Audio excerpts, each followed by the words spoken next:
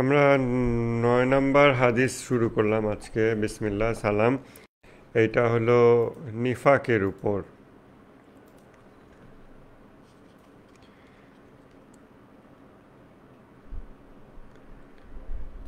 নিফাক মানে হচ্ছে মুনাফেকি, আমরা বাংলায় যেটা বলি এটাই, মানে আরবি নিফাক শব্দ থেকে আমরা বলি আর কি। নিফাক গুণটা বা দোষটা যে ব্যক্তি চর্চা করে তাকে আমরা মুনাফিক বলি। তো মুনাফিক বা মুনাফিকি বিষয়টা আমাদের জন্য খুব কমন ইউজড একটা ওয়ার্ড। এটা মনে হতে পারে যে মেবি এটা নিয়ে খুব বেশি ক্লাস করার কিছু নাই, মনে হতে পারে। বাট আমরা দেখি নিফাক অধ্যায় ইমাম খোমেনি যেই আলোচনাগুলো করছেন সেখান থেকে আমরা কি অর্জন করতে পারি। একটা হাদিস দিয়ে শুরু করছেন ইমাম জাফর সাদিক আলাহ ইসলামের হাদিস। সরি, একটা কি টেকনিক্যাল প্রবলেম দেখাচ্ছে।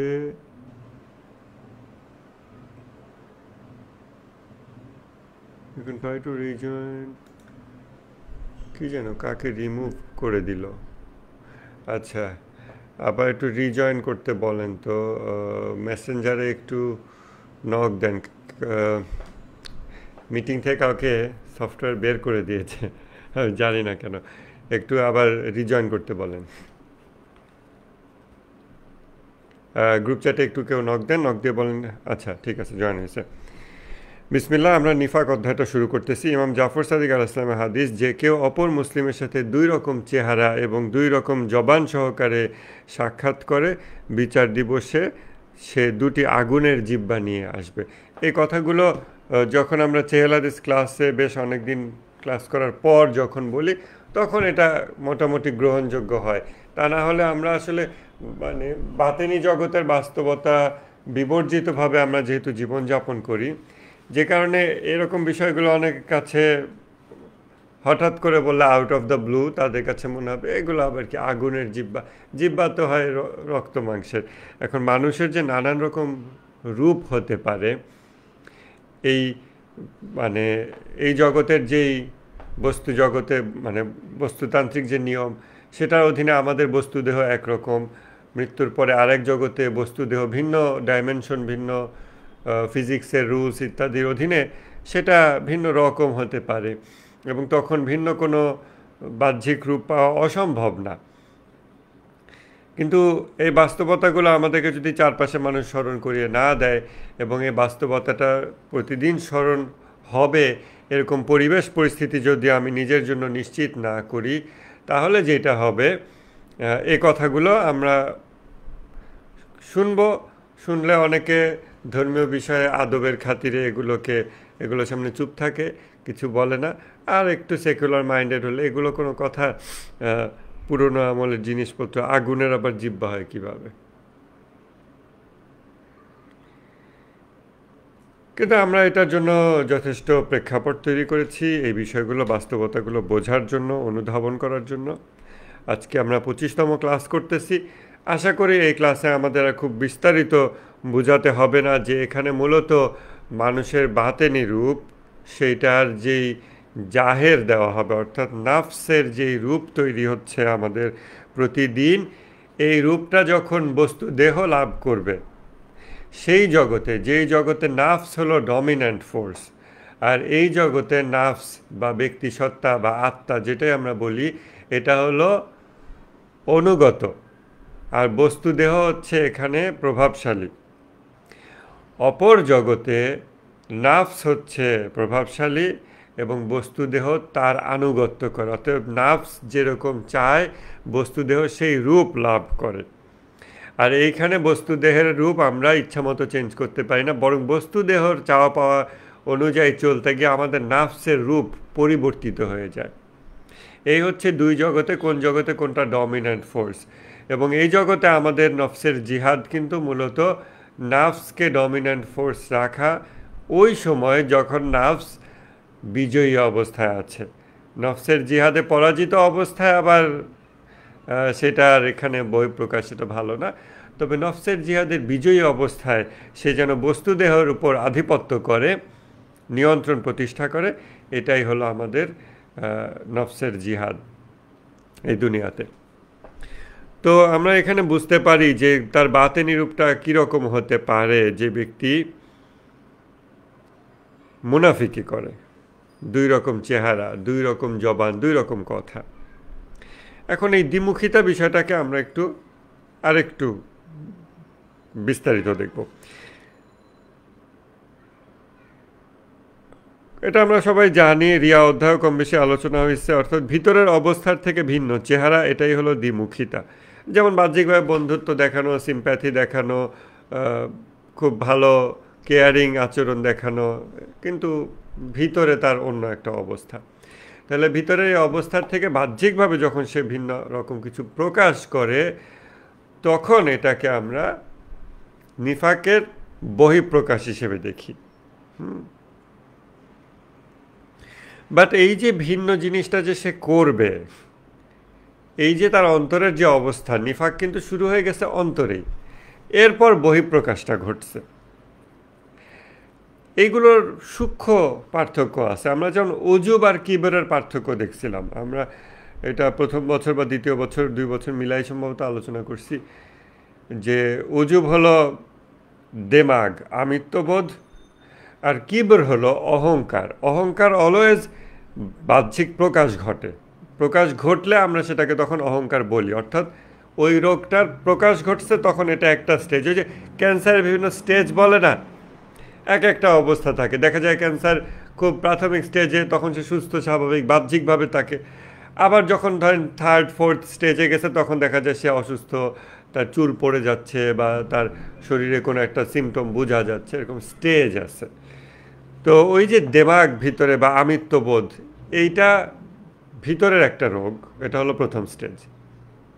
এরপর এটার বিভিন্ন রকম বহিঃপ্রকাশ হইতে পারে। একটা বহিঃপ্রকাশ যখন সে অন্যকে তুচ্ছ-তাচ্ছিল্য করে, অপমান করে সরাসরি, এই তোমার বংশ এই, তুমি এই সেই, তুমি নিচু জাত, তুমি গরিব, তুমি ফকির, তুমি দেখতে ভালো না, তোমার স্বাস্থ্য ভালো না, তুমি এই দলের সাপোর্ট করো, তুমি এই, তোমার বাপ এই, তুমি এরকম অনেক অনেক কিছু আছে, তোমার ক্যারিয়ার এটা, তোমার সাবজেক্ট এটা, অনেক কিছু নিয়ে মানুষ অন্য মানুষের সাথে অহংকার চর্চা করতে পারে, অহংকার দেখাতে পারে। এগুলো আপনারা যার যার পরিমণ্ডলে অবজার্ভ করলে দেখবেন যে কোন কোন বিষয়কে অবলম্বন করে মানুষ অভ্যন্তরীণ দেমাগ এর বহিঃপ্রকাশ ঘটাচ্ছে। এটা হইল ওই আমিত্ববোধের একটা বহিঃপ্রকাশ, ওই মূল যেই রোগটা। এইটা থেকে আবার এইটা আত্মপূজা সৃষ্টি করে আমিত্ববোধ জিনিসটা। মূলত আত্মপূজা আমিত্ববোধ মনে হয় একেবারেই একই জিনিস, বা সূক্ষ্ম পার্থক্য আছে, এটা নিয়ে তাফাক্কুর করতে হবে, আমাদের চিন্তা করতে হবে, তাহলে আমরা এই দুটোরও সূক্ষ্ম পার্থক্য বুঝতে পারবো। এবং ওই ব্যক্তির পক্ষে আবার রিয়া করা পসিবল হয়, কারণ সে সোসাইটি অন্যদেরকে নিচু করে নিজেকে উঁচু করতে চায়, অথবা মুখে কাউকে নিচু যখন করতেছে তখন তো অহংকার, কিন্তু যখন ওটা না করে সে নিজেকে উঁচু বানাতে চায়, তখন সে রিয়া করতেছে যে আমি ধার্মিক বা আমি এরকম সেরকম, মুখে বলতেছে না, বাট কৌশলে বোঝানোর চেষ্টা করতেছে। ওইটাও কিন্তু ওই দেমাগ বা আমিত্ববোধ, ওই আত্মপূজা, ওই রোগ থেকে ওইটারই আরেকটা বহিঃপ্রকাশ ওইখানে হচ্ছে।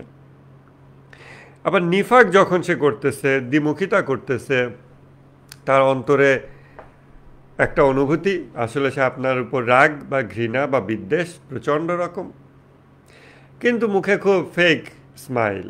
এই ফেক স্মাইল জিনিসটা আমাদের এখন সমাজে খুবই কমনপ্লেস, যেই জন্য এটার ব্যাপারে খুব অভিযোগ শোনা যায়। একজন একজনের কাছে বলে, হ্যাঁ সে তো খুব সামনে এরকম, আসলে তো একটা ফেক, এরকম বলে। তো এই ফেক বিষয়টা তখন আমরা যে দেখতে পাই, ওই রোগটাও শুরু হয়েছে ভিতরে, তারপর একটা সময় এটা বহিঃপ্রকাশ ঘটতেছে। বহিঃপ্রকাশের দুইটা রকম, একটা হচ্ছে আচার আচরণে, একটা হলো কথা দিয়ে। ইমাম জাফর সাদিক আল ইসলাম এই দুইটা জায়গায় এই হাদিসে ফোকাস করছেন। একটা হচ্ছে যখন সে দুই রকম চেহারা নিয়ে আসে, এবং যখন সে দুই রকম জবান নিয়ে আসে। দুই রকম জবান হলো মুখে অন্যের সম্মান, প্রশংসা, সাপোর্ট দেখানো, সাথে আছি, আপনার সাথে আছি, বা আমি তো তোমাকে ভালোবাসি, এরকম সামথিং, হ্যাঁ এরকম। বাট ইন রিয়েলিটি তার অন্তরে বিষ, মুখে সে ওইটা বলতেছে, মুখে ওইটা বলতেছে। তো এটাকে আমরা বলতে পারি ভার্বাল নিফাক। আর আরেকটা হলো বিহেভিয়ারাল নিফাক, যখন সে আচার আচরণের কথাবার্তা আপনার সাথে খুব হাসি খুশি, আপনার সাথে অল দ্য গুড থিংস, কিন্তু অন্তরে সে এর বিপরীত অবস্থা লালন করতেছে। বিহেভিয়ারাল নিফাক, আর একটা হলো ভার্বাল নিফাক। আমরা রিয়ার যে বিভিন্ন স্তর দেখছিলাম, আপনাদের মনে আছে যে একটা স্তর সবচেয়ে সহজ, কারণ মানুষের কিন্তু টেন্ডেন্সি হচ্ছে সবচেয়ে কম ইনভেস্ট করে সবচেয়ে বেশি রিটার্ন আনা। এটাই মানুষের টেন্ডেন্সি, পারফেকশনিস্ট অ্যানিমাল। সে যখন দেখে সৃষ্টি জগতের তার রিসোর্স হলো লিমিটেড, সে চায় অল্প একটু ব্যয় করে সবচেয়ে বেশি বেনিফিট পেতে। তাহলে সব রিসোর্স ব্যবহার করে সে বেস্ট পসিবল আটমোস্ট বেনিফিট সে অবটেইন করতে পারবে, হাসিল করতে পারবে।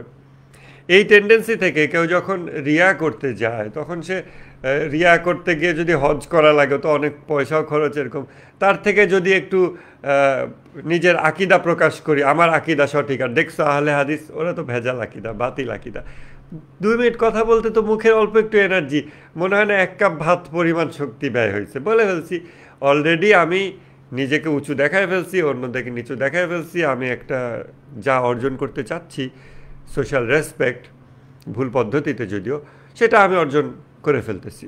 তখন সে প্রথম এইম করে হলো এই আকিদার রিয়া, মৌখিকভাবে কথাবার্তা দিয়ে। যখন কোনো ইসলামে আলোচনা হয়, সে হ্যাঁ হ্যাঁ জি জি সেটাই, হ্যাঁ অবশ্যই, ঠিক ঠিক, এই যে এরকম। এগুলোর মাধ্যমে আবার খেয়াল রেখেন, রিয়ার আলোচনার সময় কিন্তু অন্য কোনো মানুষের দিকে চিন্তা নেওয়া যাবে না, নিজের দিকে শুধু চিন্তা রাখতে হবে যে আমি এটা করছি, মনে হয় করছি, ভুলে গেছি মনে হয়, আমি কি এটা করছি, আমার কি এটা করার রিস্ক আছে। রিয়া আলোচনা কিন্তু অলওয়েজ এটা খেয়াল রাখতে হবে। যদি অন্যের দিকে চলে যায়, আপনি কিন্তু ইবলিশের ফাঁদে পড়ে গেলেন, নফসের জিহাদে পরাজিত হয়ে গেলেন।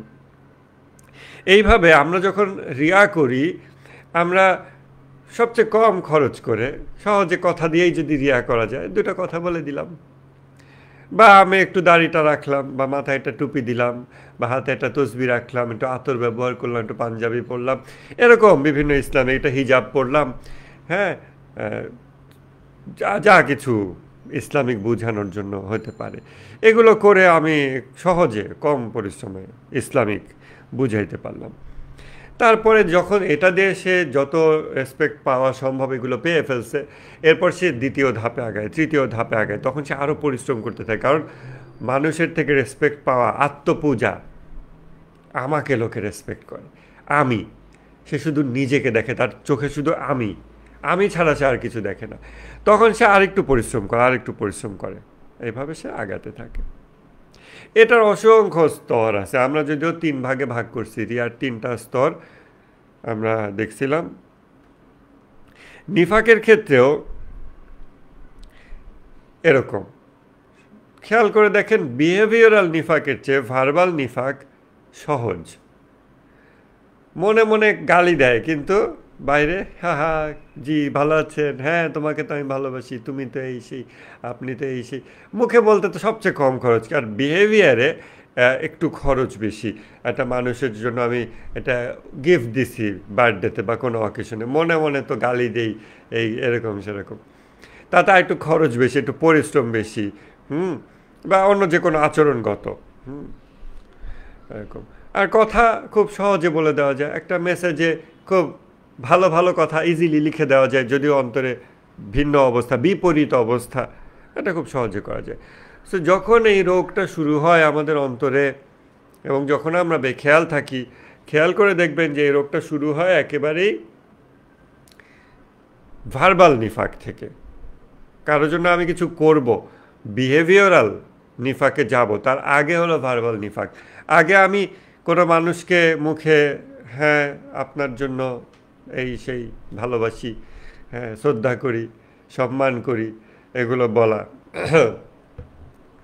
এগুলো আমি মুখে বলতেছি কিনা, মুখে বলতেছি, অন্তরেই সে অবস্থাটা আছে কিনা। মোরাকাবা না করলে ধীর স্থির হৃদয় সহকারে নিজের অন্তরের দিকে নিজেই মনোযোগ দিয়ে স্ক্রুটিনাইজ করে তাকায় দেখা যে অন্তর আসলে কি অবস্থায় আছে। ওই ব্যক্তির উপর রাগ ক্ষোভ হওয়ার অনেক ঘটনা অতীতে ঘটছে কিনা, ওই ঘটনাগুলো কি আমার অন্তর থেকে সত্যি আমি মাফ করে দিছি? মাফ করে না দিয়ে থাকলে চান্স আছে ওই ঘটনাগুলো আমাকে এখন নিফাক এর দিকে নিয়ে গেছে, ভার্বাল নিফাক। আমি মুখে এক একটা কথা বলতেছি, কিন্তু আমার ডিপ ডাউন, গভীর অবচেতনে আমার তার ব্যাপারে জেদ পুষে রাখছি, রাগ পুষে রাখছি, ঘৃণা পুষে রাখছি। ওটা আমি ফাইট করিনি, ওটা আমি ঝেড়ে ফেলতে পারি নাই। যদি ওটা ভিতরে সহাবস্থান করতে থাকে আমার এই গুড ফিলিংসের সাথে, এবং আমার যদি মোরাকাবার অভ্যাস না থাকে, এবং আমি যদি অবজারভ্যান্ট না হই, যে ব্যক্তি নিজের হৃদয়ের দিকে লক্ষ্য রাখে নিয়মিত, এমন ব্যক্তি না হই, তাহলে আমি খুবই রিস্ক আছে যে আমি যেই ভালো ভালো কথাগুলো মুখে বলতেছি, I respect you, I love you, তারপরে মেসেজে বলতেছি এরকম কথা, যা কিছু কথা মেসেজে হোক সরাসরি হোক, এই কথাগুলো নেফাকে পর্যবসিত হচ্ছে, ভার্বাল নেফাক বা মৌখিক নিফাক। এরপর এটা বিহেভিয়ারাল নিফাকে যেতে পারে যদি আমরা অসচেতন থাকি, এটার মাত্রা বৃদ্ধি পেতে থাকে। এখন মাত্রা বিষয়ে আমরা আর একটু কথা বলবো। মাত্রা জিনিসটা একটা পার্সপেক্টিভ হিসেবে আপনাদের খেয়াল রাখা লাগবে। কীরকম পার্সপেক্টিভ? একটা হলো মাকাম বা স্তর, আর একটা হলো এর তীব্রতা। মাকাম হলো অবস্থিতির জায়গা, যেখানে মানুষ অবস্থান করে, একটা স্থিতিশীল অবস্থা। স্থিতিশীল অবস্থা মানে নফসের জিহাদের স্থিতিশীলতা ওইটা না, যুদ্ধের স্থিতিশীলতা, স্থিতিশীল হৃদয় ওইটা না, মানে যেই অবস্থাটা তার মধ্যে মোটামুটি দীর্ঘমেয়াদে টেকসই। যেমন মনে করেন আপনার ম্যাথের জ্ঞান আছে ক্লাস 5 পর্যন্ত, তাহলে এটা একটা মাকাম, আপনার ম্যাথমেটিক্যাল নলেজের একটা মাকাম, একটা অবস্থিতির জায়গা যেখানে আপনি অবস্থান করতেছেন। ওটা আপনার পায়ের নিচে মোটামুটি টেকসই, ওটা আপনার এমন না যে 2 দিনে এটা হারায় যাবে এরকম। মানুষের গুণাবলী এরকম অনেক মাকাম থাকে, অসংখ্য মাকাম হতে পারে, ইনফ্যাক্ট এটা আনলিমিটেড, আমাদের জন্য আনলিমিটেড। আর প্রত্যেক মাকামে আবার তীব্রতা থাকে, প্রত্যেক মাকামে আবার তীব্রতা থাকে। সো এই মুহূর্তে আমার একটা সদ্গুণ, ভালো গুণ, এটা একটা স্তর আছে, স্তর বা মাকাম, আর এইটার একটা তীব্রতার মাত্রা আছে। এটা 10%, 15%, 80%, এই মাকামে এটা সর্বোচ্চ 100% তীব্র হতে পারে। এর চেয়ে বেশি এই মাকামে আর পসিবল না। একটা অ্যাবস্ট্রাক্ট শোনাতে পারে, কিন্তু আপনার যখন মনোযোগ দেবেন, গুণাবলী নিয়ে গভীরভাবে চিন্তা করবেন, আপনার এটা বুঝতে, নিজেরাই বুঝতে সক্ষম হবেন। ক্লাস হওয়া উচিত এরকম, যেখানে ছাত্র নিজে এফোর্ট দেবে এবং সে নিজে কিছুটা এগিয়ে আসবে। সব আমি খুলে খুলে বুঝায় দেব, তাহলে কিন্তু আপনার নিজে এফোর্ট দেওয়ার প্র্যাকটিসটা হলো না, তাফাক্কুর এর ইয়ে হলো না, প্র্যাকটিস হলো না। এইভাবে একটু চিন্তা করেন, অর্থাৎ ক্যাপাসিটি, ধারণ ক্ষমতা, উদারতা। মনে করেন উদারতা একটা কমন উচ্চারিত একটা ভালো গুণ। এই গুণটা আপনার যে স্তর, আধ্যাত্মিক মর্যাদার যে স্তর, এই স্তরে আপনি এই গুণটা সর্বোচ্চ ততদূর করতে পারবেন যতদূর আপনার হৃদয়ের বর্তমান ধারণ ক্ষমতা। আপনার হৃদয়ে এই গুণের বর্তমান যে ধারণ ক্ষমতা, এটাই আপনার উদারতা গুণের মাকাম নির্ধারণ করে দিচ্ছে। আপনি ওই ধারণ ক্ষমতার চেয়ে বেশি উদার হতে পারবেন না। আপনার ধারণ ক্ষমতা বৃদ্ধি করতে হবে। যখন আপনি ধারণ ক্ষমতা বৃদ্ধি করেন, তখন আপনার লেভেল আপ হয় বা মাকাম পরিবর্তন হয়, উচ্চতর মাকাম। আবার কনভার্সলি মানুষের নিম্নতর মাকামেও মানুষের ডাউনগ্রেড হইতে পারে, যেটা কখনোই কাম্য নয় ভালো গুণাবলীর ক্ষেত্রে। এটা আমরা মোটামুটি সহজে তাহলে বুঝতে পারবো যে মাকাম এবং তার তীব্রতা।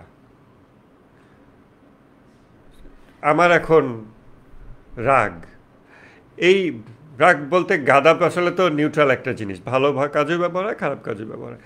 বদরাগ যেটা খারাপ কাজে যেটা ব্যবহার হয়, কারণ ভালো কাজে তো ব্যবহার হলো ওটা সাহস, ওইটা আহ, আমর বিল মারুফ নাহি আনিল মুনকার এবং অসংখ্য অসংখ্য ভালো জিনিসে গাদাবের ব্যবহার আছে। বাট ধরেন মন্দ গাদাব, যেটা গাদাবের মন্দ ব্যবহার, যেটা বদরাগ, যেটা এই বদরাগও আমি কত দূর করতে পারবো, এইটা আমার মাকাম দ্বারা নির্ধারিত। ওই মাকামের আমি সর্বোচ্চ 100% করতে হবে, এর চেয়ে বেশি করতে পারবো না। করতে হলে আমাকে আরও খারাপ হতে হবে, আরও বদগুণাবলী হাসিল করতে হবে, অর্জন করতে হবে, এবং আমার সদ্গুণাবলীর সাথে ফাইট করে ওগুলোকে আরও পরাজিত করে দান্দিক সত্তার এই যুদ্ধের ময়দানে আরও দুরবস্থা দুর্গতি প্রাপ্ত হতে হবে। তখন আমি আরও বদরাগী হইতে পারবো। আপনি আজকেই হয়তো আপনি রাগের মাথায় মানুষ হত্যাকারীতে পরিণত হইতে পারবেন না, কিন্তু আপনি যদি এটাকে আনচেকড রাখেন এবং রাগকে, অনিয়ন্ত্রিত রাগকে এভাবে ছেড়ে দিয়ে রাখেন, তখন খুব র্যাপিডলি এর মাত্রা বৃদ্ধি পেতে থাকে। এর মাত্রা বৃদ্ধি পাওয়া মানে আবার নিচের দিকে যাওয়া আর কি। এর মাকাম পরিবর্তন হতে থাকে এবং প্রতি মাকামে আপনি সর্বোচ্চ পর্যন্ত পৌঁছে যেতে শুরু করবেন, কারণ আপনার বর্তমান মাকামে আপনি সর্বোচ্চ পর্যন্ত পৌঁছাচ্ছেন। এই বিষয়টার দিকে ইমাম খোমেনি ইঙ্গিত করছেন যে ডিগ্রিজ অফ নিফাক, নিফাকের যে বিভিন্ন ডিগ্রি বা মাত্রা, এই বিষয়ে আলোচনায় যে মানুষের সকল দোষ এবং গুণেরই তীব্রতার অসংখ্য স্তর এবং মাত্রা থাকে। অন্যান্য দোষগুণের মতোই নিফাকেরও অনেক স্তর এবং তীব্রতার মাত্রা রয়েছে। আরেকটা গুরুত্বপূর্ণ বিষয় হলো চিকিৎসা চলাকালীন ধৈর্য ধারণ না করলে রোগের তীব্রতা বৃদ্ধি পাবে। নিফাক রোগের চিকিৎসা নিয়েও সামনে বলা আছে। যে কোনো রোগ নিয়ে ইমাম খোমেনি আলোচনা করছেন, সেটার চিকিৎসা নিয়ে ইমাম খোমেনি বলছেন, উপায় বাতলে দিছেন। যেমন হাসাদ, হিংসা, যার ব্যাপারে আপনার হিংসা জাগে হৃদয়ে, আপনি মুখে তার ব্যাপারে প্রশংসা করবেন, তার জন্য উপহার নিয়ে যাবেন, মানুষের কাছে তার বিভিন্ন ভালো গুণ প্রচার করবেন, বলবেন। এভাবে করতে করতে আপনি নিজে চেষ্টা করতেছেন, ফাইট করতেছেন। আপনার অন্তরে একটা নেগেটিভ জিনিস, আপনি বাহ্যিকভাবে ওটাকে ফাইট করতেছেন। তখন আপনার এই জাহেরি দেহ, এই ব্রেইন ওইটাতে প্র্যাকটিস করবে, ওর ভিতরে কনফ্লিক্ট হবে। তারপর ও যদি বিজয়ী হইতে পারে, নাফসের উপর এটা প্রভাব পড়বে। It takes time. তখন জাহের থেকে বাতেনে প্রভাবটা ট্রান্সফার হয়, আবার বাতেন থেকে যেভাবে জাহেরে ট্রান্সফার হয়, এই জাহের থেকে বাতেন এবং বাতেন থেকে জাহেরে আসার বিষয়টা আমরা আলোচনা করছি। চিকিৎসা চলাকালীন ধৈর্য ধারণ না করলে রোগের তীব্রতা বৃদ্ধি পাবে। এইটা ওই যে আমাদের বস্তুদেহের চিকিৎসার ক্ষেত্রে যেরকম ওই যে অ্যান্টিবায়োটিক খেলে যেরকম বলে না যে বাদ দেওয়া যাবে না, যদি বলে এটা কোর্স, আপনার 7 দিন খেতে হয় বা 10 দিন খেতে হয়, যেটা যেরকম বলে দেয়, আপনি যদি ওই কয়দিনের থেকে কম খান, তাহলে আপনার যেই ব্যাকটেরিয়া ভিতরে আছে ও পুরাপুরি মরে না, ও আধমরা হয়। ওই যে বলে না যে the strike that doesn't break your neck strengthens it, ওই টাইপের একটা ব্যাপার, যে আঘাত তোমার ঘাড়কে ভাঙবে না, ওই আঘাত তোমার ঘাড়কে শক্তিশালী করে, ওরকম। তো তখন ওই ব্যাকটেরিয়া পুরা মরে না, আধমরা হয়ে এখনও এই ওষুধের এগেনস্টে ফাইট করার মতো শক্তি আবার অর্জন করে ফেলে, মেবি। আমি তো আর খুব বেশি বিস্তারিত বিষয় জানি না, ধারণা থেকে যেরকম মনে হয়। তখন ওই 7 দিন ধরে একটা না ওটাই খেতে হবে, 10 দিন ধরেই খেতে হবে, ওই পরিমাণ খেতে হবে, এরকম সেরকম। মাঝখানে যদি আপনি বাদ দেন, আরও ক্ষতি হইতে পারে। এখন নাফসের রোগের যারা চিকিৎসক, তারাই ভালো জানে যে এটা বাদ দিলে কীরকম ক্ষতি হতে পারে। আমরা হয়তো বলতে পারি, হ্যাঁ আমি 2-4 দিন নামাজ বাদ দিছিলাম, বা 2-4 দিন এটা বাদ দিছি, কোনো একটা নফসের রোগ যেটার বিরুদ্ধে আমি সংগ্রাম করতেছি, চিকিৎসার প্রচেষ্টা চালাচ্ছি, আমি কিছুদিন বাদ দিছি। এটা যে আমার বাতিনি জগতে কী কী ক্ষতি এবং পরিবর্তন বয়ে আনতেছে, এটা তো নাফসের রোগের চিকিৎসকরা জানে, এটা তো আমি জানি না। এই জন্য যখন ইমাম খোমেনি বলতেছেন যে এই চিকিৎসা চলাকালীন, অর্থাৎ নিফাক রোগের যে চিকিৎসা, এটা চলাকালীন কোনো ব্যক্তি যদি ধৈর্য ধারণ না করে, তবে তার রোগের তীব্রতা বৃদ্ধি পেয়ে যাবে। কেমন দুর্ভাগ্য যে আমার রোগ 50% চিকিৎসা হয়ে গেছে, আমি 2 দিন ওষুধ খাইনি, এখন 150% হয়ে গেছে। এটা খুবই দুর্ভাগ্যের ব্যাপার হবে। এই ধরনের নফসের রোগের চিকিৎসাগুলোকে ওই অ্যান্টিবায়োটিকের কোর্স যেরকম একদিনও বাদ দেওয়া যায় না, মানুষ অ্যালার্ম দিয়ে রাখে যে ওষুধ খেতে হবে, মানুষজনকে বলে রাখে যে ওষুধটা যেন ভুলে না যে মনে করায় দিও, তো তার চেয়েও সিরিয়াসনেস সহকারে নফসের রোগের চিকিৎসাগুলোকে মিনিমাম যেভাবে যতদিন লাগে মাকাম পরিবর্তনের জন্য, সেই মিনিমাম ওই কয়দিন তো খুব মেহনত করতেই হবে, এবং তারপর মাকাম মেনটেন করার জন্য, ধরে রাখার জন্য রেগুলার অ্যাক্টিভিটি চালায় যেতে হবে। তা না করলে আমাদের রোগগুলো একটু চিকিৎসা হয় আবার ছেড়ে দিই, একটু চিকিৎসা আবার ছেড়ে দিই, এভাবে সাঁতার না জানা মানুষ পানিতে হাবুডুবু খেয়ে জল গেলার মতো একটা ব্যাপার হবে।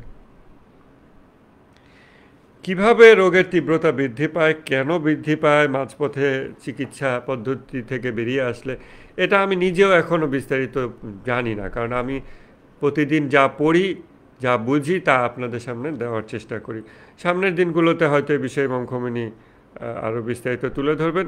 এটা একটা ওয়ার্নিং যে চিকিৎসার প্রক্রিয়া শুরু করলে মাঝপথে ছেড়ে দেওয়া যাবে না। এবং এই যে অনেক মাত্রা, নিফাকের অনেক মাত্রা, মনের ভিতরে একটা অনুভূতি, বাইরে আর একটা করতেছি, মনে অনুভূতি বা ঘৃণা, বিদ্বেষ, রাগ এটা আরও বৃদ্ধি পাইছে, অনেক আরও বৃদ্ধি পাইছে, আর আমি আরও হেসে হেসে কথা বলতেছি, আরও ফেকিং করতেছি মানুষের সামনে। এইটা যদি কন্টিনিউ হইতে থাকে, এটার একটা লেভেল আছে, সার্টেন লেভেল আছে, ওই লেভেলে পৌঁছালে মালাকা ঘটে। মালাকা মানে হলো রূপান্তর। কিছু আরবি শব্দ আমাদের শিখলে উপকার আছে, যে শব্দগুলো শিখলে আমরা তখন এই সংক্রান্ত বইপত্র যখন পড়ব আমাদের জন্য বুঝতে সহজ হবে, এই জন্য কনসেপ্ট ওয়াইজ। তাছাড়া নফসের জিহাদ বইয়ের মধ্যে জ্ঞান অর্জনের আদবের মধ্যে কিন্তু শুরুতেই লিখে দিছিলাম যে নতুন নতুন শব্দ শেখার জন্য প্রস্তুত থাকতে হবে, নতুন নতুন ভোকাবুলারি। কিছু কনসেপ্ট আছে যেটা আপনার ভোকাবুলারির মধ্যেই নাই, ওই কনসেপ্ট বুঝতে হলে আপনার নতুন শব্দ দিয়ে ওইটাকে বুঝতে হবে। অতএব কিছু শব্দ এভাবে শিখে রাখা ভালো, তো পরে যেন এরকম না হয় যে আমি একটা শব্দ বললাম, আপনারা বললেন খালি জটিল আরবি শব্দ বলে, এটা বলে ওটা বলে, সহজ বাংলা করে বললেই হয়। কিছু শব্দ আপনার আরবিই জানা লাগবে। ইমানকে ইমানই জানতে হবে, বিশ্বাস বললে হবে না, বরং ভুল হবে, আরও ক্ষতি হবে।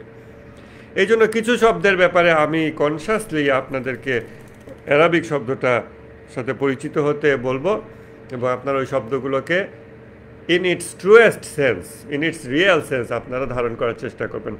মালাকা হইল রূপান্তর। রূপান্তর যেরকম, মানে আমরা তো আসলে পৃথিবীতে রূপান্তর দেখি না। আমরা কি অ্যাকচুয়ালি রূপান্তর দেখি? অ্যাটমিক লেভেলে আসলে রূপান্তর কিভাবে হয়? যেমন একটা কেমিক্যাল রিয়াকশন যখন হয়, এইটার অ্যাটমিক বন্ড ভেঙে অন্য কিছুর সাথে বন্ড তৈরি করে একটা নতুন কিছু তৈরি করতেছে।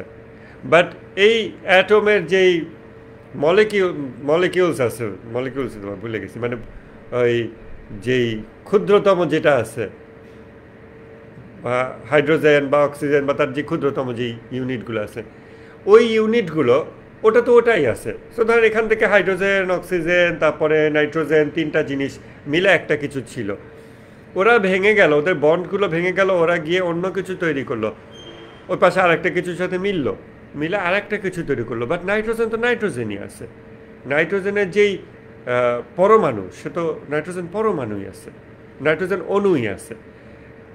এরকম মানে ওর মূল সত্তাগত পরিবর্তন হচ্ছে না। আমরা খেয়াল করলে দেখব ও এখান থেকে খালি ওখানে মুভ করে নিউ বন্ড ক্রিয়েট করে, বন্ড ক্রিয়েট করতে ইলেকট্রন ওকে হেল্প করে, কিন্তু ওর ডেফিনিশন চেঞ্জ হইতেছে না। নাইট্রোজেনই থাকে, হ্যাঁ কিছুটা চেঞ্জ হয়। আমরা ওই যে বলি যে এটা positively charged ion, negatively charged ion, এরকম বলি, কিছুটা পরিবর্তন হয়। বাট সেটাও ওই যে Na+, আমরা কি যেন কেমিস্ট্রিতে করছি, এরকম positively charged sodium, negatively charged iron বা সামথিং, কিন্তু ও কিন্তু আয়রনই আছে, খালি একটু পজিটিভলি চার্জ বা নেগেটিভলি চার্জ। কিন্তু এটা কি সম্ভব যে আয়রন টোটালি অন্য কিছুতে পরিবর্তন হয়ে যাবে। এটা না যে আয়রনের অণুগুলো চলে গেল, পরমাণু চলে গেল, আর কোনো পরমাণু আসলো, নতুন কিছু তৈরি হলো। এটা হলো যৌগ তৈরির পদ্ধতি। বাট ইটসেলফ আয়রন পরিবর্তিত হয়ে গেল গোল্ডে, বা গোল্ড পরিবর্তিত হয়ে গেল তামা অথবা রূপা অথবা কয়লা অথবা ছাই বা সামথিং। মালাকা হলো এই রকম পরিবর্তন, বাংলায় যেটা বলে সোনার পাথর বাটি। সোনার বাটি যদি হয় এটা কমপ্লিটলি মেড অফ গোল্ড, আর যদি এটা পাথরের বাটি হয় এটা কমপ্লিটলি মেড অফ স্টোন। কিন্তু এরকম বাটি কি সম্ভব যেটা একই সাথে 100% পাথরের এবং 100% গোল্ডের? এটা পসিবল না। সো অসম্ভাব্যতা বোঝাতে আমরা সোনার পাথর বাটি কথাটা বাংলায় ব্যবহার করি। কিন্তু কেমন হবে যদি একটা পাথরের বাটি কোনো একটা পরশ পাথর ছোঁয়ায় বা পরশ কাঠি ছোঁয়ায় তাকে গোল্ডে কনভার্ট করে ফেলা হলো? এখানে কোনো অনুপরমাণু আসলোও না, গেলও না, জাস্ট ও গোল্ড হয়ে গেল। এইটা হলো মালাকা। এইটা হলো পরিবর্তন, রূপান্তর, সত্তাগত পরিবর্তন, ডেফিনেশনাল চেঞ্জ। এটা সিরিয়াস একটা ব্যাপার, এটা সিরিয়াস ব্যাপার। বলা হয় যে 40 বছর বয়সের পর মালাকা হওয়া বলে অসম্ভব। তাই বলে কারো 40 পার হয়ে গেলে এজন্য দুঃখ পাওয়া ঠিক হবে না। কেননা আমাদেরই ইমামগণ আমাদের দোয়া শিক্ষা দিয়েছেন যে আল্লাহকে বলতেছে, হে আল্লাহ, তোমার কাছেই আছে যা কিছু গত হয়ে গেছে তার প্রতিটার বিকল্প। আমাদের অবজারভেশনে, আমাদের এই ইরফান আধ্যাত্মিক শাস্ত্রের যা কিছু আন্ডারস্ট্যান্ডিং, যত মানুষ যত মাকাম অর্জন করছে, তারা যা কিছু দেখছে, তাদের সবার থেকে আমরা এটা মোটামুটি জানতে পারি যে 40 পার হওয়ার পর আত্মশুদ্ধি, নিজের পরিবর্তন, নাফসের বিকৃত রূপকে মানুষের রূপে পরিবর্তন করা, মালাকা ঘটানো অসম্ভব প্রায়। শয়তান ইবলিস এসে তখন তার কপালে চুমু খায় যে তোমার আমি পার্মানেন্ট ক্ষতি করে ফেলছি। কিন্তু ওই যে জানি সিমরগের দেখা পাওয়া যাবে না, তো কিন্তু হতাশা যে এর চেয়েও বড় দুর্ভোগ, তাই না? এই জন্য হতাশ হয়ে লাভ নাই, হতাশ হয়ে কোনো লাভ নেই। হতাশ হলে যদি আমরা নিশ্চিহ্ন হয়ে যেতে পারতাম যে হতাশ, আমি আর পরিবর্তন হবে না, আমি মানুষ রূপে আর মানে মানুষ রূপ আমি আর লাভ করতে পারবো না, আল্লাহর সান্নিধ্য পাবো না, অলিয়া উলিয়াদেরকে আর জীবনও দেখতে পাবো না, মৃত্যুর পরে নবী রাসুলকে পাবো না, ইমামদের পাবো না, তাহলে আর লাভ কি এই জীবনে? হতাশ হয়ে যাই যদি, তাতে যদি আমার অস্তিত্ব শেষ হয়ে যেত তাও একটা কথা ছিল, কিন্তু অস্তিত্ব তো শেষ হয়ে যায় না, তো টিকেই থাকবে মানুষ, মরার পরেও টিকে থাকবে। অর্থাৎ এই দেহটা অফ হয়ে যাবে, হার্ট স্টপ হয়ে যাবে, ব্রেইন স্টপ হয়ে যাবে, তাও সে মরে না, তাও সে টিকে থাকে দুর্ভোগ ভোগান্তি ভোগ করার জন্য। ওই ভোগান্তির মধ্যে যদি একটু আশা নিয়ে কেউ বেঁচে থাকে, একটু ভালো থাকে, তো খারাপ কি? এই জন্য বলছে যে জানি সিমরগের দেখা পাওয়া যাবে না, জানি ইউনিকর্নের দেখা পাওয়া যাবে না, কিন্তু হতাশা যে এর চেয়েও বড় দুর্যোগ। এবং আমাদের আশা হারানো উচিত না। এই নিফাককে যদি আমরা আনচেক রাখি এবং আমাদের নিফাক রোগটা খুব অহরহ হয়, মুনাফিকি অন্তরে অসংখ্য রোগ আছে, তার মধ্যে মুনাফিকি শব্দটা খুব কমনলি ফেসবুকে এখানে ওখানে মানুষকে দেখবেন মুখে বলতেছে, আলোচনা করতেছে। তার মানে সমাজের মধ্যে এই রোগটা এমন পর্যায়ে গেছে যে মানুষ এটা বাহ্যিকভাবে ডিটেক্ট করতে পারতেছে। এত বেশি ছড়াইছে এই রোগ যে শুধু আধ্যাত্মিক রোগের চিকিৎসক না, সাধারণ মানুষরাই এটা ডিটেক্ট করতে পারতেছে, এটা তো মুনাফিকি। তাহলে কিভাবে আমাদের সমাজ দেহ এই রোগ দ্বারা কত গভীরভাবে আক্রান্ত হয়েছে। এবং সমাজ দেহ হচ্ছে ইন্ডিভিজুয়ালের সমষ্টি। ওই যে theoretical foundation of the axis of রেজিস্ট্যান্সে যে ক্লাস নিচ্ছিলাম, তার মানে বুঝতে হবে যে অন্যের উপর দোষ দিয়ে শুধু লাভ নাই, কেননা আপনি আমি আমরা সবাই মিলে একটা সমাজ তৈরি করছি। সমাজে নিফাক রোগটা আছে আর আমি খালি 100% শুদ্ধ, সমাজে গীবত রোগটা আছে আমি 100% শুদ্ধ, এটা হতেই পারে না। সমাজে অমুক রোগটা আছে আমি 100% শুদ্ধ। সো খালি কোনো রোগে আলাপ হলে সমাজে এই রোগ ওই রোগ, সমাজে মানুষ এরকম, মানুষ তো এরকম, মানুষ ওরকম, মানে আমি মনে হয় ফেরেশতা, আমি অন্য জাত, আর মানুষ হলো এক জাত, ওরা খালি খারাপ। সমাজ এই দোষ, সমাজ ওই দোষ, সমাজ খালি খারাপ করে, আমি সমাজের বাইরে, আমি আসমান থেকে নাজিল হয়েছি? সমাজ যা কিছু মন্দ করতেছে তার সব কিছুতে আমার ডিরেক্ট বা ইনডিরেক্ট কন্ট্রিবিউশন আছে। আমি মোরাকাবা করি না, আমি আত্মপ্রতারণা করি, আমি ফোকাস দিই না, যার ফলে আমি আমার অবদানগুলো দেখি না। আমি যদি ফোকাস করতাম, মনোযোগ দিতাম, আমি ঠিকই আবিষ্কার করতাম যে সমাজের এই দুরবস্থার পিছনে আমার অবদান কোন কোন জায়গায় আছে, ডিরেক্ট এবং ইনডিরেক্ট। আমরা বলবো কি, মানে আত্মপ্রতারণা যে ব্যক্তি করবে তার কোনো দিন সে উদ্ধার পাবে না। আমরা তখন বলি মনে মনে, এটা আমার করার কেস, এটা আমি করছি, এটা আমার কি, আমার করণীয় কি আছে? মৌলানা রুমির গুরু শামস তাবরিজ বলছেন যে গোটা দুনিয়া হচ্ছে পরস্পর জড়িত একটা জালের মতো। একটা প্রান্তে তুমি একটা মানুষের উপর যদি জুলুম করো, গোটা মানব জাতি কেঁদে উঠতে পারে। আর এক জায়গায় যদি তুমি একটা মানুষের উপর একটু রহম করো, একটা মানুষকে তার হৃদয়কে খুশি করো, তাকে আনন্দিত করো, হাসাও, গোটা দুনিয়াবাসী আনন্দিত হইতে পারে। এইভাবে তোমার কর্ম সারা দুনিয়ার সাথে কানেক্টেড, সারা দুনিয়াতে প্রভাব ফেলে। আমরা হয়তো এটা দেখি না, এবং আমাদের এই অ্যাবস্ট্রাকশন যে আমরা তৈরি করি যে না এটার সাথে একটা কানেকশান নাই, কিভাবে আমরা বলি কানেকশান নাই? আছে বলা যায়, নাই তো প্রমাণ করা যায় না। যুক্তিবিদ্যার বেসিক একটা জিনিস, কোনো কিছু অস্তিত্ব আপনি প্রমাণ করতে পারবেন, অনস্তিত্ব কিভাবে প্রমাণ করা যায়? সো আমার আজকের গোপন একটা গুনাহ, সেটার দ্বারা সেটা যে দুনিয়ায় কোনো বড় ধ্বংসযজ্ঞের সাথে কানেক্টেড না, আমি কিভাবে এটা প্রমাণ করব যে এটা শুধু আইসোলেটেড সিস্টেমে আমার ভিতরেই আছে? কারণ আমি তো আইসোলেটেড সিস্টেমে নাই। এবং সিস্টেমকে আইসোলেট করা, আপনারা ফিজিক্স কেমিস্ট্রি যারা করছেন তারা এগুলো বুঝবেন বেশি সহজে। সিস্টেমকে আইসোলেট করা আমার পক্ষে তো সম্ভব না। সিস্টেমকে আইসোলেট করতে হলে আমার মেবি পৃথিবীর বাইরে তো যেতেই হবে, সৌরমণ্ডলেরও বাইরে যেতে হবে, যে আমার প্রভাব বিন্দুমাত্র, আমার কর্মের প্রভাব সৃষ্টি জগতের কোনো কিছুর উপর পড়বে না। একটা কার্টুন দেখছিলাম, কার্টুনটা এরকম যে কার্টুন রাখছে যে হাজব্যান্ড বিছানায় বসে আছে, কিছু একটা বই পড়তেছে, আর এ পাশে তার বউ, হ্যাঁ কার্টুন আর কি, ওয়েস্টার্ন কার্টুন, সে ঘুরতেছে, হ্যাঁ ওই এক পায়ে এমনি ঘোরে না, লাটিমের মতো সে ঘুরতেছে। তো হাজব্যান্ড তো বই পড়তেছে, বলে কী করো? তখন সে বলতেছে যে আমি পৃথিবীর গতি যেইভাবে, পৃথিবী যেই দিকে ঘোরে তার অপোজিট ডাইরেকশনে আমি ঘুরতেছি। এই অপোজিট ডাইরেকশনে ঘোরার ফলে যেই মোমেন্টাম তৈরি হয়, ভুলে গেছি এগুলো ফিজিক্সে কী কী যেন সূত্র আছে ওগুলো, ওইটা যে তৈরি হয়, এর ফলে পৃথিবীর গতি সামান্যতম হলেও থেমে যাচ্ছে, এটার প্রভাব পৃথিবীর উপর পড়তেছে, যার ফলে সময় মানে সময় হচ্ছে ইলাস্টিকের মতো, সময় একটু বেড়ে যাচ্ছে, যার ফলে আমি তোমার সাথে আর এক মুহূর্তে একটু বেশি সময় কাটাতে পারতেছি। এটা হলো সায়েন্টিফিক কৌতুক আর কি। তো সে তার হাজব্যান্ডের সাথে আরেকটু বেশি সময় কাটাতে চাচ্ছে, এই জন্য সে পৃথিবীর গতি থামিয়ে দেওয়ার জন্য বা কমায় স্লো করার জন্য সে অপোজিট ডাইরেকশনে সে রোটেট করতেছে, যে ওটার একটু হলেও তো প্রভাব আছে পৃথিবীর উপর।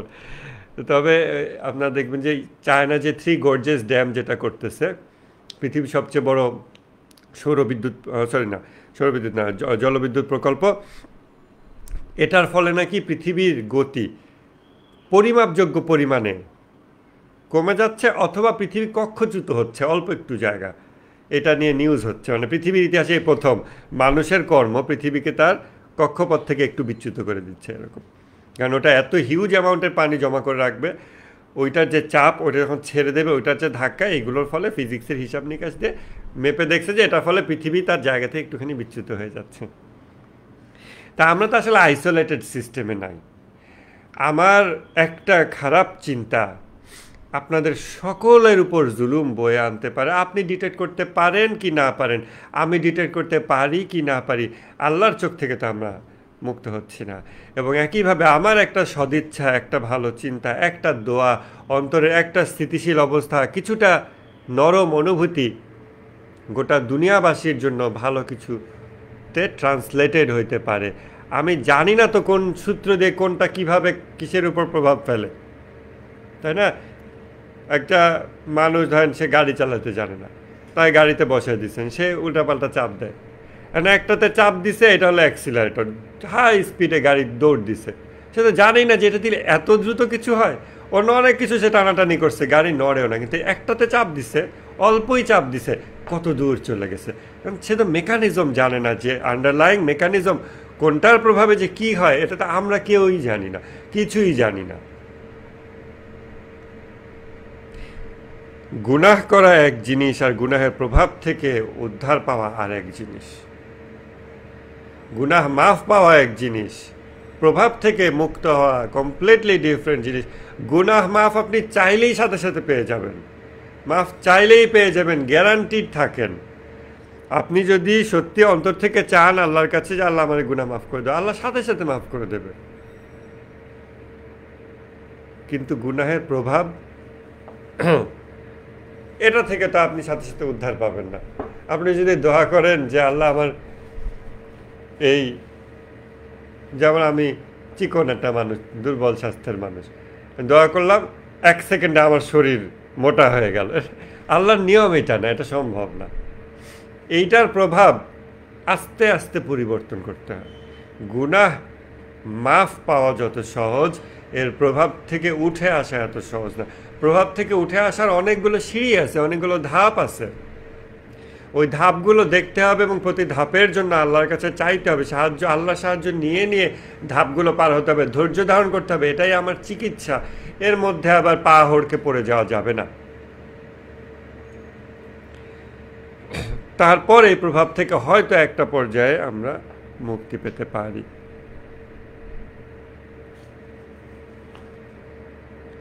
মালাকা হইল রূপান্তর। যখন এই যে অসংখ্য মাকাম আছে, এই মাকামগুলো সদ্গুণ বা বদগুণ, মাকামগুলো এক মাকাম থেকে আরেক মাকামে যেতে যেতে এবং বিভিন্ন তীব্রতায় সে যেতে থাকে, একটা পর্যায়ে গেলে তার মালাকা ঘটে, রূপান্তর ঘটে। এটা খুব ভয়ের একটা বিষয়, প্রচণ্ড ভয়ের বিষয় মালাকা। যদি মনোযোগ দিয়ে চিন্তা করেন, জায়নামাজ দাঁড়িয়ে আল্লাহর সামনে দাঁড়িয়ে নিজের হিসাব নেন এবং জিজ্ঞাসা করেন যে আল্লাহ আমার কি অবস্থা, আমার নফসের প্রকৃত রূপটা কি মানুষের মতোই আছে নাকি এটা বিকৃত হয়ে গেছে। জিজ্ঞাসা করেন, তাকান, চিন্তা করেন, স্বপ্নের জগৎ খেয়াল করেন, অবজার্ভ করেন, মোরাকাবা করেন। যদি মালাকা ঘটে থাকে, মন্দ মালাকা, মন্দ রূপান্তর, পরিপূর্ণ নফস হয়তো বিকৃত হয়নি, হয়তো একটা অংশ বিকৃত হয়েছে, কোনো একটা বিশেষ মানুষের মৌলিক 3টা গুণ, ওয়াহম, গাদাব, শাহওয়াত, যা থেকে অন্য সকল সদ্গুণ এবং বদগুণ সৃষ্টি হয়, এই 3টা গুণের দিকেই ফোকাস দেন। খেয়াল করেন এই গুণগুলো থেকে উৎসরিত সদ্গুণসমূহ এবং বদগুণসমূহের মধ্যে কোন জিনিসটা আপনার সত্তাগত অংশ হয়ে গেছে, মালাকা ঘটে গেছে কিনা। যদি ঘটে থাকে তাহলে তো খুবই দুরবস্থা, খুবই দুর্ভাগ্যজনক অবস্থা। এই রোগ বাহ্যিকভাবে দেখা যায় না, কেননা আমাদের এখন হলো জাহেরি দেহ হলো ডমিন্যান্ট, বাতেনি নাফস হলো ডরম্যান্ট, যার ফলে আমাকে মানুষ মানুষের মতো দেখতে পায়। আমরা সবাই সবাইকে মানব দেহ দিয়ে মানুষ মনে করতেছি। মালাকা যদি ঘটে যায়, কিভাবে এর থেকে উদ্ধার পাবো? রূপান্তর ঘটে গেছে, বিষয়টাই কনভার্ট হয়ে গেছে আর একটা কিছুতে। জাস্ট মনে করেন একটা মানুষের হাত কেটে ফেলছে, এই হাতের কাটা অংশ ফেলে দিছে, মাটির সাথে ওটা মিশে গেছে, হাতের এইটুকু নাই। এখন এখানে মেটালের একটা হাত বসাইছে, এই তো মালাকা। এটা কিন্তু আর মানুষের হাত না, এটা লোহা, এটা স্টিল, এটা কার্বন ফাইবার, এটা যাই হোক, এটা কিন্তু আর রক্ত মাংস না। এখন তার মালাকা ঘটে গেছে, তারই অংশ কিন্তু অন্যরকম হয়ে গেছে। আবার কত মেহনত করলে, কত সার্জারি করলে, কত পেইনের মধ্য দিয়ে গো থ্রু করলে ট্রান্সফরমেশন হবে।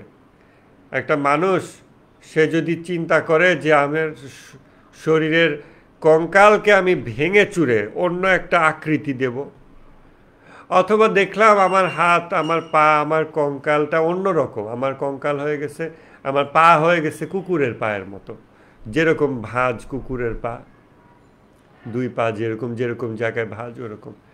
এখন ওই সামনের দুই পা হয়েছে কুকুরের মতো, পিছনের দুই পাও কুকুরের মতো, আমি ওটাকে মানুষের হাতের মতো এরকম ভাঁজ দিতে চাই, মানুষের পায়ের মতো ভাঁজ দিতে চাই, তাহলে তার হাড় ভাঙতে হবে।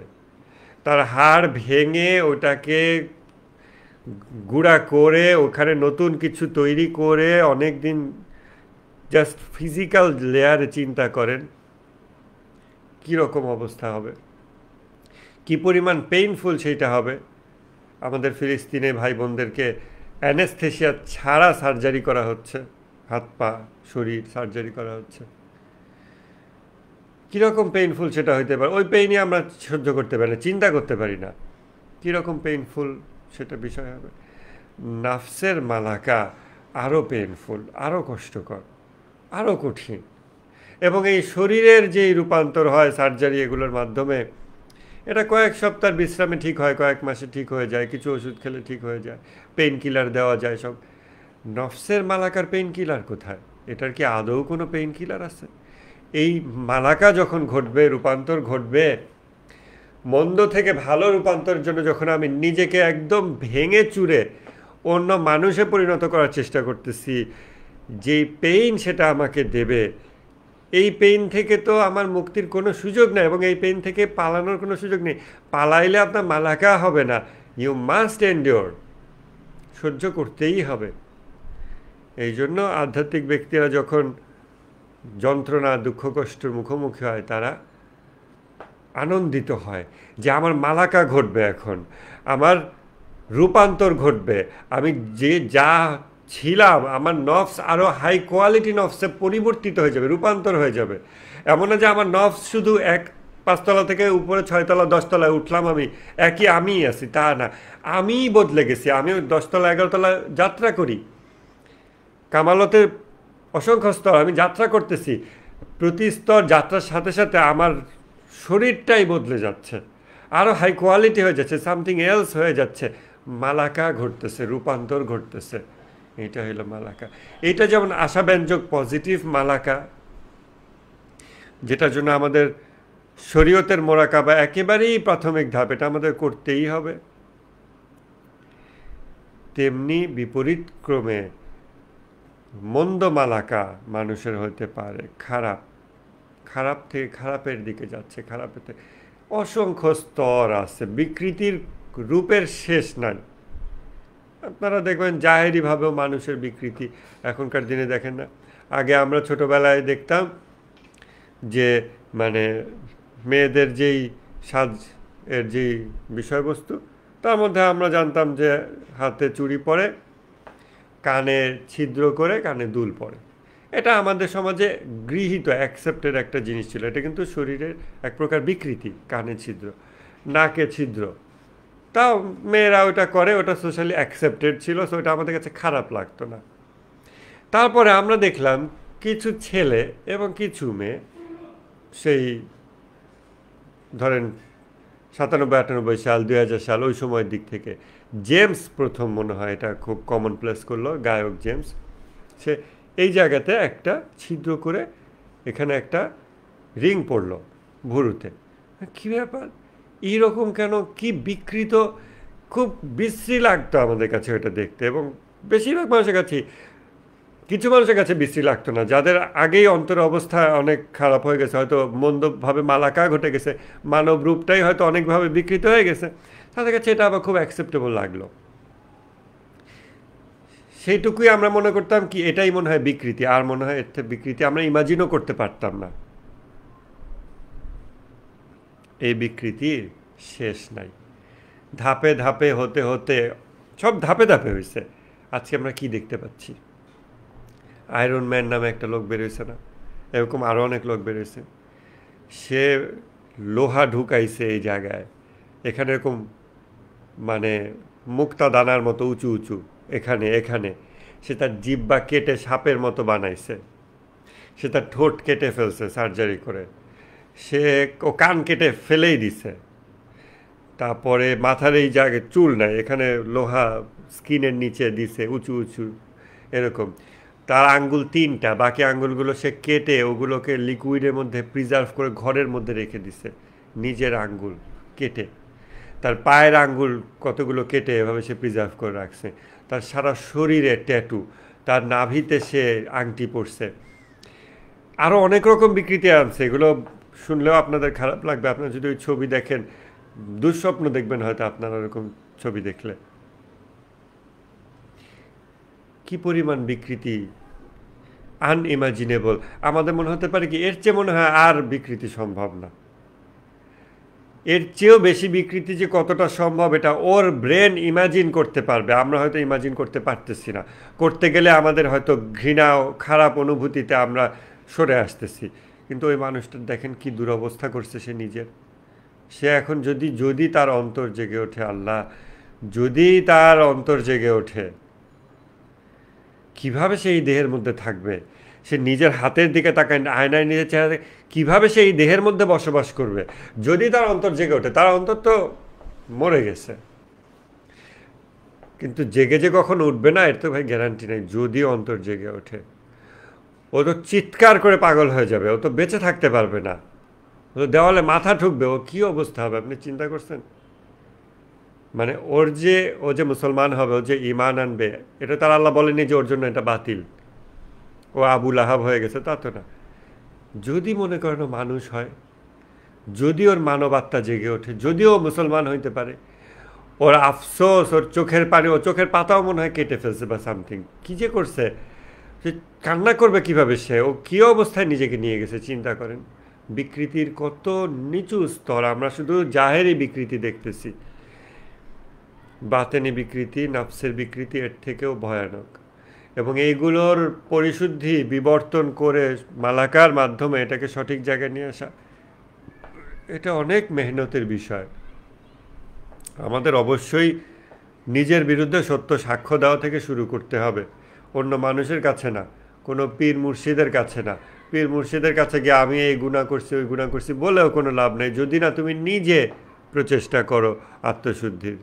হ্যাঁ, মানুষ তার শিক্ষকের কাছ থেকে পরামর্শ নেবে যে আমার নাফসের অবস্থার এরকম ভালো পরিবর্তন করতে চাই, দুরবস্থা আছে এরকম এরকম, আমাকে কিছু নসিহত দেন, পথ বাতলে দেন চিকিৎসা, সে চিকিৎসা নিতে পারে।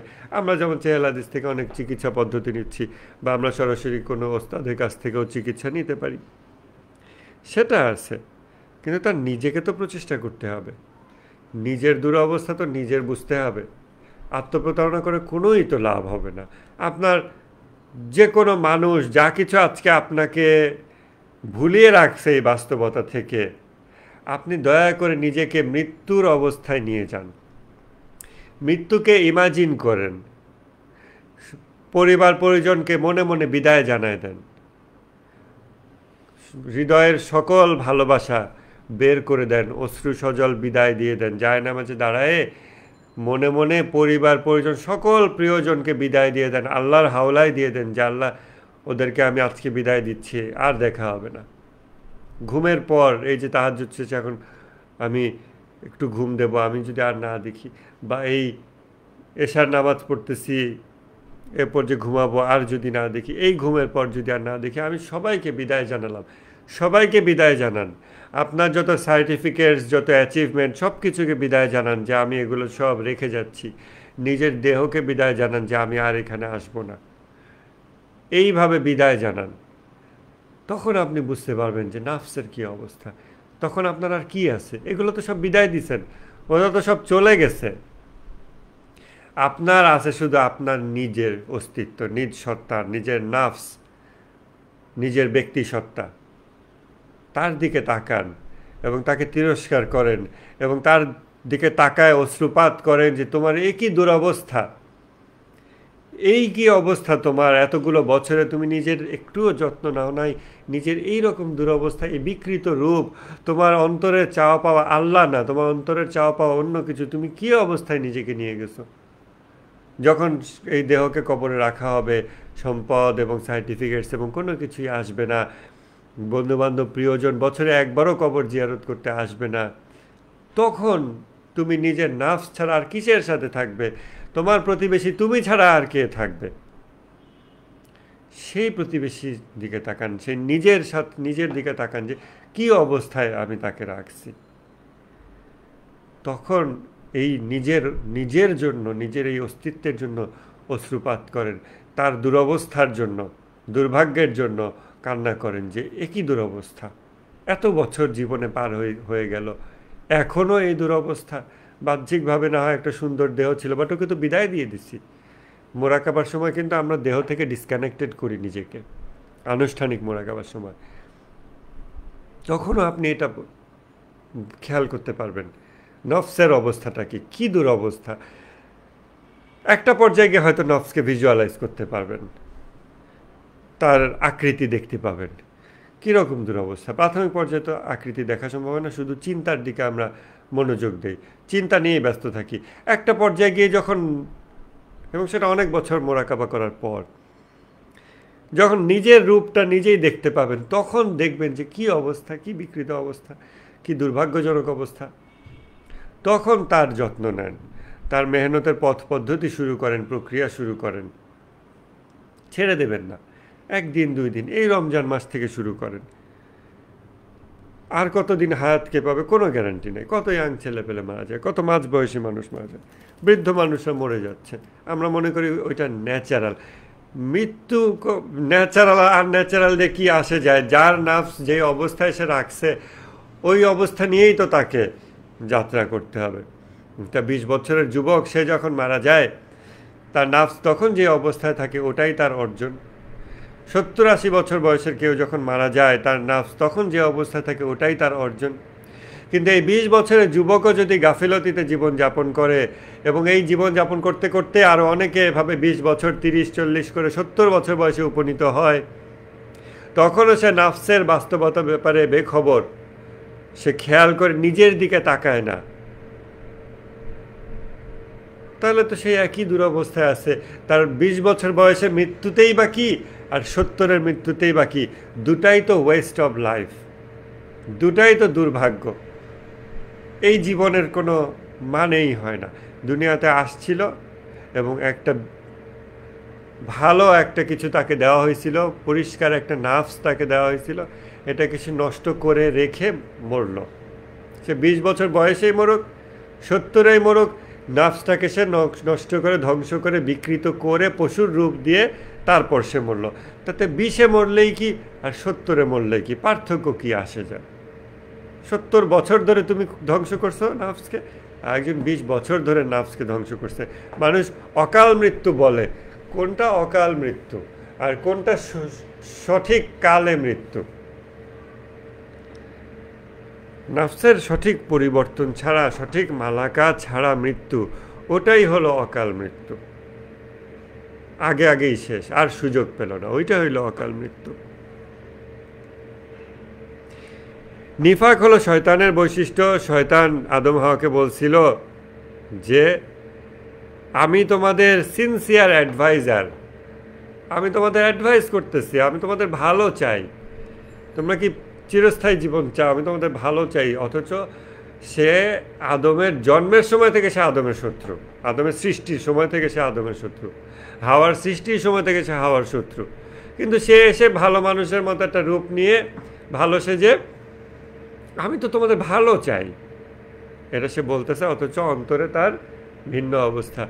নিফাক রোগটা এবং মানব জাতির যে এত দুর্ভোগ, ইবলিশ যে আমাদেরকে ওয়াসওয়াসা দেবে ইত্যাদি ইত্যাদি যে ঘটনাগুলো, এর পিছনে ইবলিশের এই নিফাক রোগটা এই বাস্তবতাগুলো তৈরিতে অবদান রাখছে। আদমকে ফেরেশতা থেকে, বেহেশত থেকে বাইর করে দিছে, বেটাইমে বের করে দিছে। আদমের দুনিয়াতে আসার কথাই ছিল, এই জন্যই আল্লাহ আদমকে সৃষ্টি করছে। এমন না যে আজীবন বেহেশতে থাকতো আর দুনিয়ায় আসতো না, কিন্তু বেটাইমে আদমকে দুনিয়ায় চলে আসতে হয়েছে। হয়তো অনেক বেশি কষ্ট মেহনত করতে হয়েছে আদমকে এই ইবলিশের এই প্রতারণার কারণে, এবং পুরোটাই নিফাক দিয়ে সে করছে।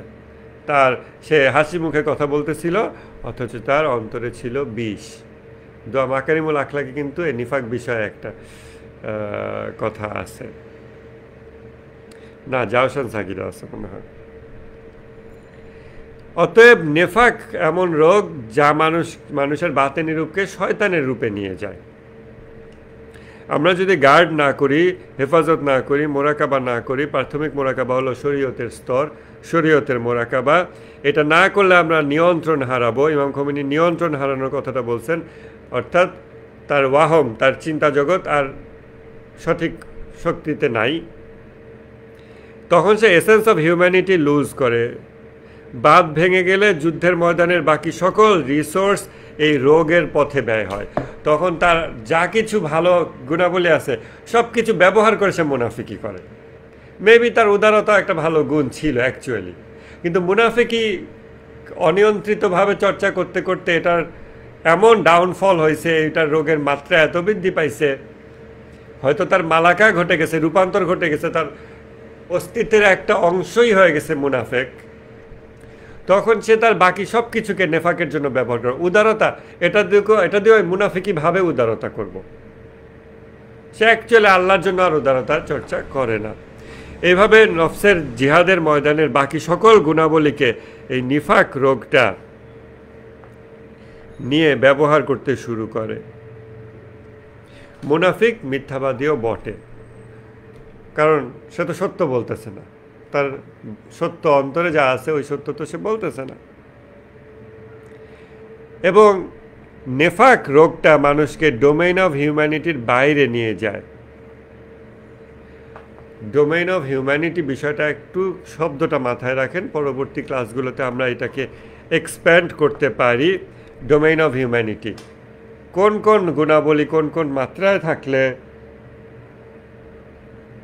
এবং মানবীয় বদগুণগুলো সুনিয়ন্ত্রিত কতটুকু থাকলে, কতখানি থাকলে আমরা বলতে পারি যে সে মানুষের ডোমেইনে আছে, মানুষের জগতে আছে, মানুষের ডোমেইনে। তো আমরা 10 নম্বর হাদিস যখন পড়বো birth of the human being, ওটার সাথে এটা কানেক্টেড। এই শব্দটা ইম্পর্ট্যান্ট, আপনারা এটা নোট করতে পারেন, স্টার চিহ্ন দিয়ে রাখতে পারেন। ডোমেইন অফ হিউম্যানিটি, নিফাক মানুষকে ডোমেইন অফ হিউম্যানিটির বাইরে নিয়ে যায়। যে বিষয়কে কেন্দ্র করে নিফাকের চর্চা করা হয় সেই বিষয়ও নিফাকের তীব্রতা নির্ধারণে ভূমিকা রাখে। এটা আমরা হয়তো আগামী দিনে আবার একটু এক্সপ্যান্ড করব। আজকে আমরা মোটামুটি নিফাক বিষয়ে কিছু ইন্ট্রোডাকশন দিলাম, প্রাসঙ্গিক কিছু চিন্তাভাবনা তাফাক্কুর করলাম। নফসের জিহাদের 3টা মৌলিক বিষয়, মৌলিক এলিমেন্ট, একটা হচ্ছে কন্টেমপ্লেশন, তাফাক্কুর, চিন্তাভাবনা করা, আরেকটা হলো মুরাকাবা, constant observation of the heart, আরেকটা হচ্ছে মুশারাতা, শর্ত দেওয়া, নিজেকে বেঁধে ফেলা, আইন। এবং প্রাথমিক মুশারাতা অবশ্যই হতে হবে ইসলামী শরিয়া মোতাবেক। ইসলামী শরীয়তে আমার একে অপরের সাথে ইন্টারাকশন, এনগেজমেন্ট যেভাবে হতে হবে এইটা। এবং একই সাথে আমাদের মুহাসাবাও লাগবে। মুহাসাবা, মুরাকাবা একই, মানে পরস্পর জড়িত জিনিস, একই সাথে ঘটে। তা আমরা তাফাক্কুর করলাম নিফাক বিষয়ে। আমাদের অন্তরের অবস্থা প্রত্যেকে নিজে বোঝার চেষ্টা করব, এবং কোথায় কোথায় আমার নিফাক ঘটতেছে, ডাবল ফেস হচ্ছে, হ্যাঁ, জবান 2 রকম হচ্ছে। অন্তরে একটা অবস্থা, বাইরে আমরা ফেকিং করতেছি, ফেক অভিনয় করতেছি মানুষের সাথে, যে কোনো আমাদের আশপাশে ঘনিষ্ঠ মানুষের সাথে। এ ধরনের কাজ থেকে আমাদের বের হয়ে আসার জন্য নিয়ত নিতে হবে, নিজের অন্তরকে অবজার্ভ করতে হবে, আর জেনে রাখতে হবে যে নিফাক কখনো কোনো টেকসই সম্পর্ক তৈরি করতে পারে না। আপনার সম্পর্কের ক্ষেত্রে ট্রু হতে হবে। এর মানে না যে অন্তরে বিষগুলো খালি উগরে দিলাম, বিষ সহকারে সম্পর্ক প্রতিষ্ঠাই হবে না। বিষ উগরে দিলাম, আমার সম্পর্ক থাকলো না, ওইটা হলো এমন জিনিস যা আঠাকে নষ্ট করে। ভালোবাসা, সম্মান, শ্রদ্ধা হচ্ছে আঠার মতো, যা সম্পর্ক সৃষ্টি করে। ঈমান হলো সম্পর্ক সৃষ্টিকারী জিনিস। এরকম মানুষে মানুষের সম্পর্ক সৃষ্টিকারী জিনিস, যা মানুষের ফিতরাতের সাথে সামঞ্জস্যপূর্ণ, ওই বিষয়গুলো দিয়ে পারস্পরিক সম্পর্কগুলো তৈরি করেন। জীবনে এরকম সম্পর্ক তৈরি করেন যার সাথে ফেকিং করার কোনো দরকার হবে না, যার ব্যাপারে অন্তরে বিষ আসবেও না, যার দোষ ত্রুটি আসবে আপনার উপর, সে জুলুম করে ফেললে আপনি তার জন্য দোয়া করবেন এবং তার পরিবর্তনের জন্য আপনি তার সহায়ক হবেন। এমন না যে আপনি তার সাথে ফেকিং করেই যাচ্ছেন, মনে মনে গালি দিয়েই যাচ্ছেন। এগুলো নিজের অন্তরে রোগ চর্চা এবং এগুলো দিন শেষে মানুষকে একা করে দেয়। তো ইনশাল্লাহ আজকে আমরা নিফাক বিষয়ে আলাপটা শেষ করলাম। কারো কোনো প্রশ্ন থাকলে বলতে পারেন। জি, বিসমিল্লাহ।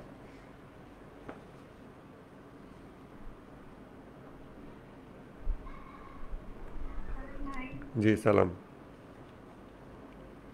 ভাই হচ্ছে এই যে আমরা হচ্ছে মাফ করে দেওয়ার বিষয়টা বলছি, যে এরকম অবস্থায় এখনো পৌঁছায় নাই যে আমাদের হৃদয়ের মানে একটা বড় হৃদয়ের হইতে পারছি, অধিকারী হইতে পারছি, যে কারণে হয়তো মাফ করে দিতে পারতেছি না। বা আমি জানি যে এই ব্যাপারে আমার হচ্ছে ডাবল ফেস হয়ে যাচ্ছে, তারপরেও হচ্ছে মনের মধ্যে হচ্ছে ক্ষোভ রয়ে যাচ্ছে, বা সামনে থেকে হচ্ছে যে ওটা ক্লিয়ার করা যাচ্ছে না, বা আমি মাফও করে দিতে পারছি না। এই ক্ষেত্রে মানে মাফ করে দেওয়ার বিষয়টা কিভাবে হচ্ছে যে করবো, যে আমি কিভাবে মাফ করে দিতে পারি মানুষকে? কোরআনে আল্লাহ তাআলা বলতেছেন যে মানুষকে প্রতিশোধের অনুমতি দেওয়া হইল, তবে ক্ষমা উত্তম। এই দুটো অপশনে আল্লাহ মানুষের হাতে দিয়ে দিচ্ছেন। তুমি প্রতিশোধ নিতে পারো, তুমি ক্ষমাও করতে পারো। যে উত্তমটা নেওয়ার মতো হৃদয়ের অবস্থা অর্জন করতে পেরেছে, কিভাবে অর্জন করা যায় সেটাও একটা আলাপের বিষয়। বাট যে ব্যক্তি পেরেছে সে সাধারণত উত্তমটাই নেবে, স্বাভাবিক। আর যে ওইটা অর্জন করতে পারেনি সে সমান প্রতিশোধ নেওয়ার মাধ্যমে অন্তরকে শান্ত করবে। এখানে কয়েকটা স্তর হইতে পারে, খেয়াল করেন। অনেক সময় মানুষ প্রতিশোধ নেওয়ার ক্ষেত্রে বেশি নিয়ে ফেলে। একবার মাইট দিয়ে পরে আবার একটা মাইট দেয়। একটা ক্ষতি পাল্টা করছি, ও আমার ক্ষতি করছে, আমি পাল্টা একটা ক্ষতি করে দিছি, আর একটা পাল্টা ক্ষতি করে।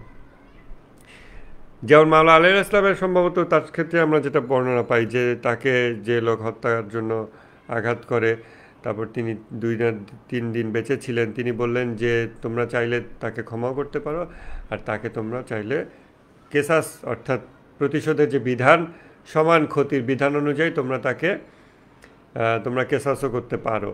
তবে খেয়াল রাখবে সে আমাকে একটি আঘাত করেছিল, তোমরা একটির বেশি আঘাত করবে না। এই যে সমান, হ্যাঁ সমান, এর থেকে বেশি না। তো এমনও অবস্থা হতে পারে যে আমাকে কেউ আমার উপর অন্যায় করছে, শরিয়া মোতাবেক এর যেই প্রতিশোধ আমি নিতে পারবো ইসলামী শরিয়া মোতাবেক, আমার হুইমস অনুযায়ী না, আমার খাহেসাত, আমার মনের চাওয়া পাওয়া অনুযায়ী না, ইসলামী শরিয়া মোতাবেক আমি যে প্রতিশোধ নিতে পারবো, অ্যালাউড, অনুমিত, আমি ওইটা নিলাম, তাও রাগ জেদ শান্ত হইতেছে না। কারণ এটা তো অন্তরের অবস্থা। বাহ্যিকভাবে বিচারক আমাকে অনুমতি দিছে, সালিশ আমাকে অনুমতি দিছে, আমি সমান প্রতিশোধ নিছি, কিন্তু তারপরেও কিন্তু অন্তর শান্ত নাও হইতে পারে। আমরা একটা ওয়ার্স্ট কেস সিনারিও বোঝার চেষ্টা করতেছি। এমত অবস্থায় এই অন্তরের ব্যক্তি কি করবে? সে যদি এই অন্তরের এই অবস্থা প্রসূত কোনো কর্ম করে, তাহলে সে কিন্তু জালিম হয়ে গেল, সে জুলুম করে ফেললো। সেটা শরীয়তে বিচারযোগ্য হোক বা না হোক, সে গুনাহ করে ফেলছে, সে জুলুম করে ফেলছে। তখন তার নিজের হৃদয়ের এই অবস্থার দিক তাকায় বুঝতে হবে যে তার হৃদয়ে খুব আনগার্ডের অবস্থায় সে জীবনযাপন করেছিল, যার ফলে অপর মানুষ তার হৃদয়ের এত গভীর পর্যন্ত ক্ষতি প্রবেশ করায় দিতে সক্ষম হয়েছে। একটা হলো এটা বোঝা। সেকেন্ড, ইন ফিউচার আমি যেন আর কখনো কোনো মানুষের ক্ষতির ক্ষেত্রে এত গভীরে আসতে অ্যালাউ না করি। তো আপনাদের সবার সাথে আমার সম্পর্ক থাকবে, আপনারা আমাকে গালমন্দ করতে পারেন, গীবত করতে পারেন, অনেক কিছুই করতে পারেন, ক্ষতি করতে পারেন, কিন্তু ওইটা আমার হৃদয়ের গভীরে যেন প্রবেশ না করে। আমি অলওয়েজ একটা কনশাস গার্ড মেনটেন করব, যে ঠিক আছে কারো ব্যাপার শুনলাম অমুক আমার নামে গীবত করছে, জানতে পারলাম, আচ্ছা ঠিক আছে, যাই হোক, আই ডোন্ট কেয়ার। আবার অহংকার না, ওটা না, ঠিক আছে, এটা আমার কাছে বিষয় না, আমি ব্যস্ত অন্য বিষয়। এটা প্লাসও না মাইনাসও না, কিছুই না, অ্যাজ ইফ আমি এটা শুনিই নাই। ওকে, তার ব্যাপার, আল্লাহ তাকে ভালো কিছু দিক, সে এরকম না করুক, আমাদের সম্পর্কটা টিকে থাকুক। এরকম করলে তো সম্পর্ক ক্ষতি হয়, ঠিক আছে, ইত্যাদি ইত্যাদি। এরকম আমি যেন করতে পারি, এইভাবে মানুষের সাথে মেশা দরকার। আমাদের সোশ্যাল এনগেজমেন্টগুলো, মানুষের বন্ধুত্ব এবং আরও যে যত যত ঘনিষ্ঠ সম্পর্ক হয়, এই ঘনিষ্ঠ সম্পর্কগুলোর ক্ষেত্রে ঘনিষ্ঠতার আনন্দে মানুষ ভাসতে থাকে, এবং তখন অ্যাট দ্যাট মোমেন্ট মানুষ গার্ড লুজ করে, এটা বুঝতে পারে না। কখনো অফ গার্ড হওয়া উচিত না, কোনো সময় গার্ড লুজ করা উচিত না। তারপরে আচ্ছা, একটা মেসেজ আসছে, ওটা আমি দেখে এটার সাথে আনতেছি। সম্পূরক, নিজে নিজে প্রতিশোধ নিতে গেলে তো আইন নিজের হাতে তুলে নেওয়া হয়, বিষয়টা কেমন? প্রতিশোধের ক্ষেত্রে কোনো কোনো বিষয়ে বিচারের ক্ষেত্রে আদালতে উপস্থাপনযোগ্য, কোনো বিষয় আদালতে উপস্থাপনযোগ্য না, স্টিল আপনি প্রতিশোধ নিতে পারবেন, এইটার ক্ষেত্র আছে। এটা এক্স্যাক্ট উদাহরণ দিতে হবে, কেস বাই কেস, তা না হলে এটা বলা যাবে না। আইন নিজের হাতে তুলে নেওয়ার যে ব্যাপারটা আছে না, সকল বিষয়ে আপনার বিচারকের কাছে আনতেই হবে এমন বিষয় না। কিছু বিষয় বিচারকের কাছে না এনেও আপনি প্রতিবিধান করতে সক্ষম, খুব কম যদিও। সেগুলো কি কি ওইগুলো আপনার জানতে হবে। সো এগুলো একটা উদাহরণ আনেন, যে কোনো উদাহরণ বলেন, ওই উদাহরণকে আমরা বিশ্লেষণ করে আমরা দেখব যে এটা কি বিচারকের কাছে নিতে হবে, না এটা ব্যক্তির পরিমণ্ডলে এটা বিচার্য বিষয় হতে পারে। তো ওই যে হৃদয়ের অবস্থা, ওইটার ব্যাকগ্রাউন্ডটা খেয়াল করেন, শুরুটা হয়েছিল কিভাবে। সে যখন খুব ভালো মিষ্টি মিষ্টি সম্পর্ক, খুব ভালো মানুষ, ভালো সম্পর্ক, ওই সময় সে আনগার্ডেড হয়ে গেছিল। সে এমন এমন মানুষকে নিজের হৃদয়ের এত আনগার্ডেড জায়গায় অ্যাক্সেস দিয়ে ফেলেছিল, যে মানুষরা মাসুম না, যে মানুষরা ভালোও করে আবার খারাপও করে। কিন্তু সে ইভেন স্বপ্নেও ভাবতে পারে নাই এই মানুষ আমার ক্ষতি করতে পারে, অমুক আমার নামে খারাপ কথা বলল, আমি তো থান্ডার্ড হয়ে গেছি। এই যে অবস্থাটা তখন পরে যখন তার হয়, মনে রাখবেন প্রতারণা সেই ব্যক্তির দ্বারাই হয় যে ব্যক্তি আস্থার জায়গায় থাকে। আপনার মনে রাখা উচিত যে আস্থাভাজন ব্যক্তির দ্বারা প্রতারণা সম্ভব, অতএব তার কাছে এমন কিছু তুলে দেন না যেটা দ্বারা সে আপনার ক্ষতি করতে পারে। তাতে সে নিজেও গুনাহ করলো। আপনি যদি তারে সত্যিই ভালোবাসেন, তার কাছে আপনার এমন সিক্রেট শেয়ার করেন না, বা লাইফের এমন এমন বিষয়ে তাকে হস্তক্ষেপের অনুমতি সুযোগ দেন না, যা ব্যবহার করে সে গুনাহ করতে পারবে। হোক সে শরীয়ত জানে বা না জানে, কিন্তু সে গুনাহ করতেছে, সে আপনার উপর জুলুম করতেছে, সে নিজের উপরও তো জুলুম করতেছে। আপনি যদি রিয়েলি তাকে ভালোবাসেন, পর্দা সহকারে পারস্পরিক সম্পর্ক মেনটেন করেন। পর্দা মানে ওই যে মেয়েদের খালি ওই হিজাব, ওই পর্দা না, মানে মানুষে মানুষে পর্দা, এই মন্দ ভালো এগুলোর জন্য যে পর্দা, এই পর্দা মেনটেন করে অত্যন্ত ঘনিষ্ঠ, অত্যন্ত সুন্দর স্বর্গীয় সম্পর্ক মানুষ পেতে পারে, যেগুলো ওই একদম ভেরি ক্লোজ ফ্রেন্ড, ওর সাথে আমি সব শেয়ার করি, ওর সাথে আমি আনন্দে ভাসি, হ্যাঁ, একদম প্রগল্ভ হয়ে যাই, নিজেকে ভুলে যাই, এরকম অনুভূতির যেই ঘনিষ্ঠতাগুলো ওর থেকে ভিন্ন, কিন্তু অনেক টেকসই, অনেক শান্তির, অনেক স্থিতিশীল এবং অনেক গভীর এবং অনেক নিরাপদ ঘনিষ্ঠতা সম্ভব। এটা হইল ফিউচারে এই ধরনের বিষয় থেকে নিজেকে হেফাজত করার জন্য। তখন হয় কি, এ ধরনের সম্পর্কই যদি আপনার চারিদিকে হয়, বা প্রত্যেক মানুষের সাথে আপনি এই মোড খেয়াল রেখে সম্পর্ক এস্টাবলিশ করেন, আপনি হৃদয়ে ঘৃণা, বিদ্বেষ বা খুব কষ্ট পাইলাম এটা হইতেই দিবেন না। খুব কষ্ট পাইলাম, আপনার হৃদয় হচ্ছে আল্লাহর বাসস্থান।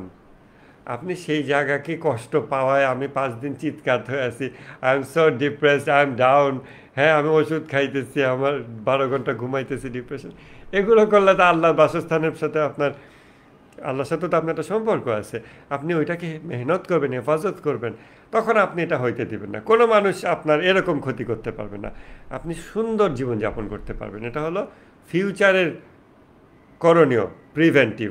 এই প্রিভেন্টিভগুলো আমাদের জানা দরকার, যেন আমরা নিজেরা ওরকম জীবনযাপন করতে পারি এবং অন্য মানুষদেরকে এরকম জীবনযাপন করতে সাহায্য করতে পারি, যাতে আমরা এরকম একটা সোসাইটি মেনটেন করতে পারি যে আমরা সবাই অতি ঘনিষ্ঠ, কিন্তু আমার মধ্যে যা মন্দ আছে তা আপনাকে কখনো ছোবে না, এবং আপনার ভিতরে যা মন্দ আছে তা আমাকে কখনো ছোবে না, because we have mutual respect.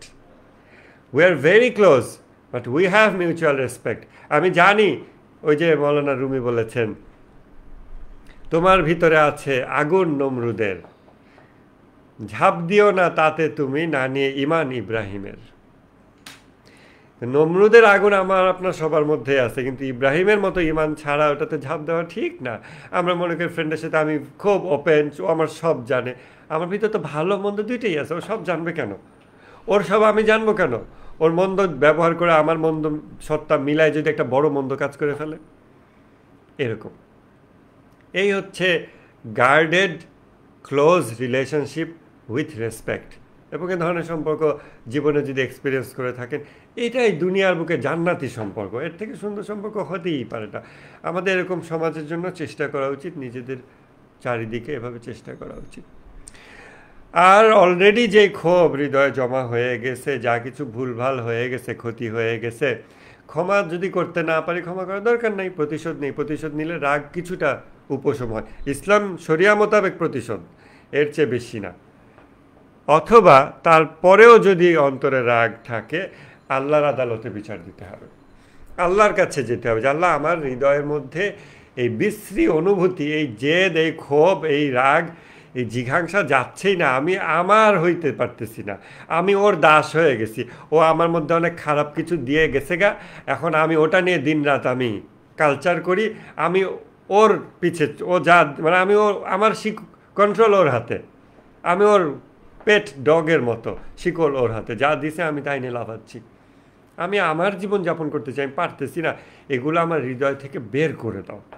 যদি আমরা অবজার্ভ করি আমাদের হৃদয়ে অতীতের যা কিছু এরকম ক্ষতি আমরা গ্রহণ করে ফেলেছি, যদি করে থাকি, এগুলো এই রমজান মাসে বিশেষ করে কদরের রাতে যা কিছু চাওয়ার, তার সাথে এটা চাইবেন যে হৃদয় থেকে এগুলো একেবারে বের করে দাও। আল্লাহ, আমি তো পারি নাই, আমার হাতে শক্তি নাই, তোমার কুদরতে এই কদরের রাতে তুমি এগুলো বের করে দাও, হৃদয় থেকে বের করে দাও। কারণ অনেক কিছুই আমাদের নিজেদের হাতের শক্তিতে কুলাবে না। আল্লাহকে বলবেন তুমি এগুলো বের করে দাও, আমি ওর নামে অভিযোগ দিতে চাই না।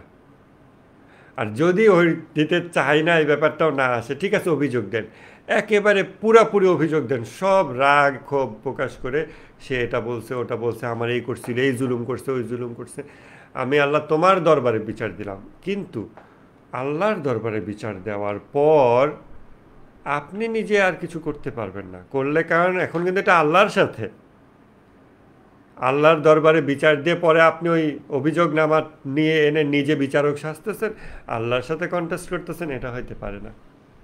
আল্লাহর দরবারে যদি সত্যিই বিচার দেন হৃদয় থেকে, যে আল্লাহ, আমার হৃদয় নিয়ে আমি পারতেছি না, কুল পাচ্ছি না, আমার অন্তর থেকে এই মন্দ অনুভূতি আমি দূর করতে পারতেছি না, আমি চাই তার এটার মানে প্রতিশোধ তার জীবনে ঘটুক, আমি দেখি, আমার অন্তর এরকম চায়, তুমি আমাকে সেটা দেখাও। তবে আল্লাহকে টাইম পেতে দিন না যে কালকেই তার মাথার উপর ঠাডা পড়ুক বা সামথিং। কিন্তু যখন আল্লাহর দরবারে বিচার দিয়ে দিয়েছেন, তখন আপনাকে ধৈর্য ধারণ করতে হবে, আল্লাহকে কাজ করতে দিতে হবে আল্লাহর মতো করে। তারপর আপনাকে অবশ্যই হৃদয় থেকে এটা ছেড়ে দিতে হবে। আল্লাহর উপর আপনার যতটা আস্থা, ভরসা, ঈমান, ততই আপনি হৃদয় থেকে এটাকে খালাস হয়ে যেতে দেখবেন যে এটা অন্তর থেকে বের হয়ে গেছে। কারণ আপনি আল্লাহকে বলছেন যে আল্লাহ, এটা আমি তোমার হাতে সোপর্দ করে দিলাম। পুরো অভিযোগগুলো সুন্দর বাক্য দিয়ে গুছিয়ে গুছিয়ে আল্লাহর কাছে তুলে ধরবেন। আল্লাহর সামনে আমাদের দোয়াগুলো, অভিযোগগুলো অনেকেরই খুব অগোছালো হয়, এলোমেলো হয়, অগোছালো হয়। গুছিয়ে সুন্দর করে আপনার সবচেয়ে সুন্দর গুছানো কথাগুলো হওয়া উচিত আল্লাহর সাথে, আল্লাহর সামনে। সেখানে এভাবে গুছায় বলবেন যে আল্লাহ, এই আমার অভিযোগ, তোমার বিধান মোতাবেক তুমি এটার বিচার করো, আমি তোমার কাছে এটার বিচার দিলাম। এই হচ্ছে হৃদয়ে জমে থাকা যা ক্ষোভ বা নেগেটিভিটি, এগুলোর ব্যাপারে বিচার। তারপরে আল্লাহর কাজ আল্লাহকে করতে দেন। আল্লাহ 10 বছর সময় নিতে পারে। এই 10 বছর কিন্তু আল্লাহ আপনার হৃদয়কে ফেলে রাখবেন। আপনার হৃদয়কে নানান পরীক্ষা দিয়ে, ডান বাম করে, দুঃখ দিয়ে, আনন্দ দিয়ে গড়ে তুলতে তুলতে হইতে পারে 7 বছরের মাথায় আপনি নিজেই বলবেন যে আল্লাহ, ওই বিচারের ফাইলটা দাও তো, আমি মামলা প্রত্যাহার করে নিচ্ছি। হতেও পারে আল্লাহ আপনাকে সে সুযোগ দেবে, বাট বিচার যেহেতু ওখানে গেছে, আপনি শান্ত হয়ে গেছেন, এটা হবে ইনশাল্লাহ। এই রোজার সময় এ ধরনের বিষয়গুলো আমাদের ক্লিয়ার করে নেওয়া ভালো, এবং রোজা শেষে আমরা সত্যিকার ঈদ, আমরা সত্যিকার আনন্দ সহকারে পরের মাসে প্রবেশ করব, যখন আমরা হৃদয়কে একেবারে সব দোষ থেকে ইনশাল্লাহ এবং এ ধরনের জমে থাকা ক্ষোভ জাতীয় অনুভূতি থেকে মুক্ত করে মুক্ত মানুষ হতে পারবো। কোনো শিকল আমাকে আটকে রাখবে না, অন্য কোনো মানুষ আমাকে আটকে রাখবে না, অন্য কারো কর্ম আমাকে বেঁধে রাখবে না, সত্যিকারের আজাদ মানুষ হতে পারবো। আর কাফা মীর বলছেন যে হিংসা এর চিকিৎসা যেমন ওই ব্যক্তির প্রশংসা করা, উপহার দেওয়া ইত্যাদির মাধ্যমে করা যায়, কিন্তু ওই ব্যক্তি যাকে হিংসা করা হচ্ছে তাকে তো পছন্দ আমরা করি না, তাহলে কি এই চিকিৎসা পদ্ধতি নেফাক হচ্ছে না? সে কাফা হলো স্কুলে পড়ে তো, এবং কাফা হলো ডিবেট করে, সো কাফা হলো ক্রিটিক্যাল চিন্তা করতে পারে। এই জন্য কাফাকে ধন্যবাদ ক্লাসে পার্টিসিপেট করার জন্য। আমি চাই তুমি আমার ক্লাসে প্রত্যেকটা ক্লাসে পার্টিসিপেট করবে এবং তুমি এরকম ক্রিটিক্যাল কোয়েশ্চেন করবে, যে ক্রিটিক্যাল কোয়েশ্চেন বাকিদের থেকে আসা উচিত ছিল, কিন্তু তারা সব ঘুমায় না কি করে আমি জানতেও পারি না, ক্লাস শেষে খালি চলে যায়। তো এরকম ক্রিটিক্যাল কোয়েশ্চেন করবে, হ্যাঁ, ক্রিটিক্যাল কোয়েশ্চেন দরকার। তো এটা খুব ভালো প্রশ্ন হয়েছে। প্রশ্নটা হইল প্রশ্নটা দেখেন, খুব জটিল প্রশ্ন। প্রশ্ন হইল হিংসা রোগের চিকিৎসা, যেটা বলা হয়েছে সেটা হলো যার ব্যাপারে আমি হাসাদ, হিংসা অন্তরে আছে, এই রোগের চিকিৎসা হচ্ছে তাকে গিফট দেওয়া, তার প্রশংসা করা। এখন আমার তো অন্তরে হিংসা, কিন্তু আমি বাইরে তার প্রশংসা করতেছি, এখন এটা মুনাফিকি হইতেছে কিনা? এখন এটা আপনারা কেউ উত্তর দেন। আমাদের most junior participant in the class ও সব মোস্ট ক্রিটিক্যাল একটা কোয়েশ্চেন করছে, এইটার উত্তর চেহারা দিছে আছে। আমি অতীতেও হয়তো বলছি কোনো না কোনো ক্লাসে, বা আমাদের দরবারের সাপ্তাহিক ক্লাসগুলোতে বলছি। এখন আপনারা উত্তর দেন, কেউ না কেউ উত্তর দেন, চেষ্টা করেন, বলেন, তারপরে আমি একটু চেষ্টা করি, মিলেমিশে চেষ্টা করি, কারণ খুব কঠিন একটা প্রশ্ন হয়েছে এটা। বলেন মুরাদ, বলেন, যেহেতু আপনি একটু পড়াশোনা করেন, কথাবার্তা বলেন, অনেক বই পড়েন, আপনি কিছু বলেন।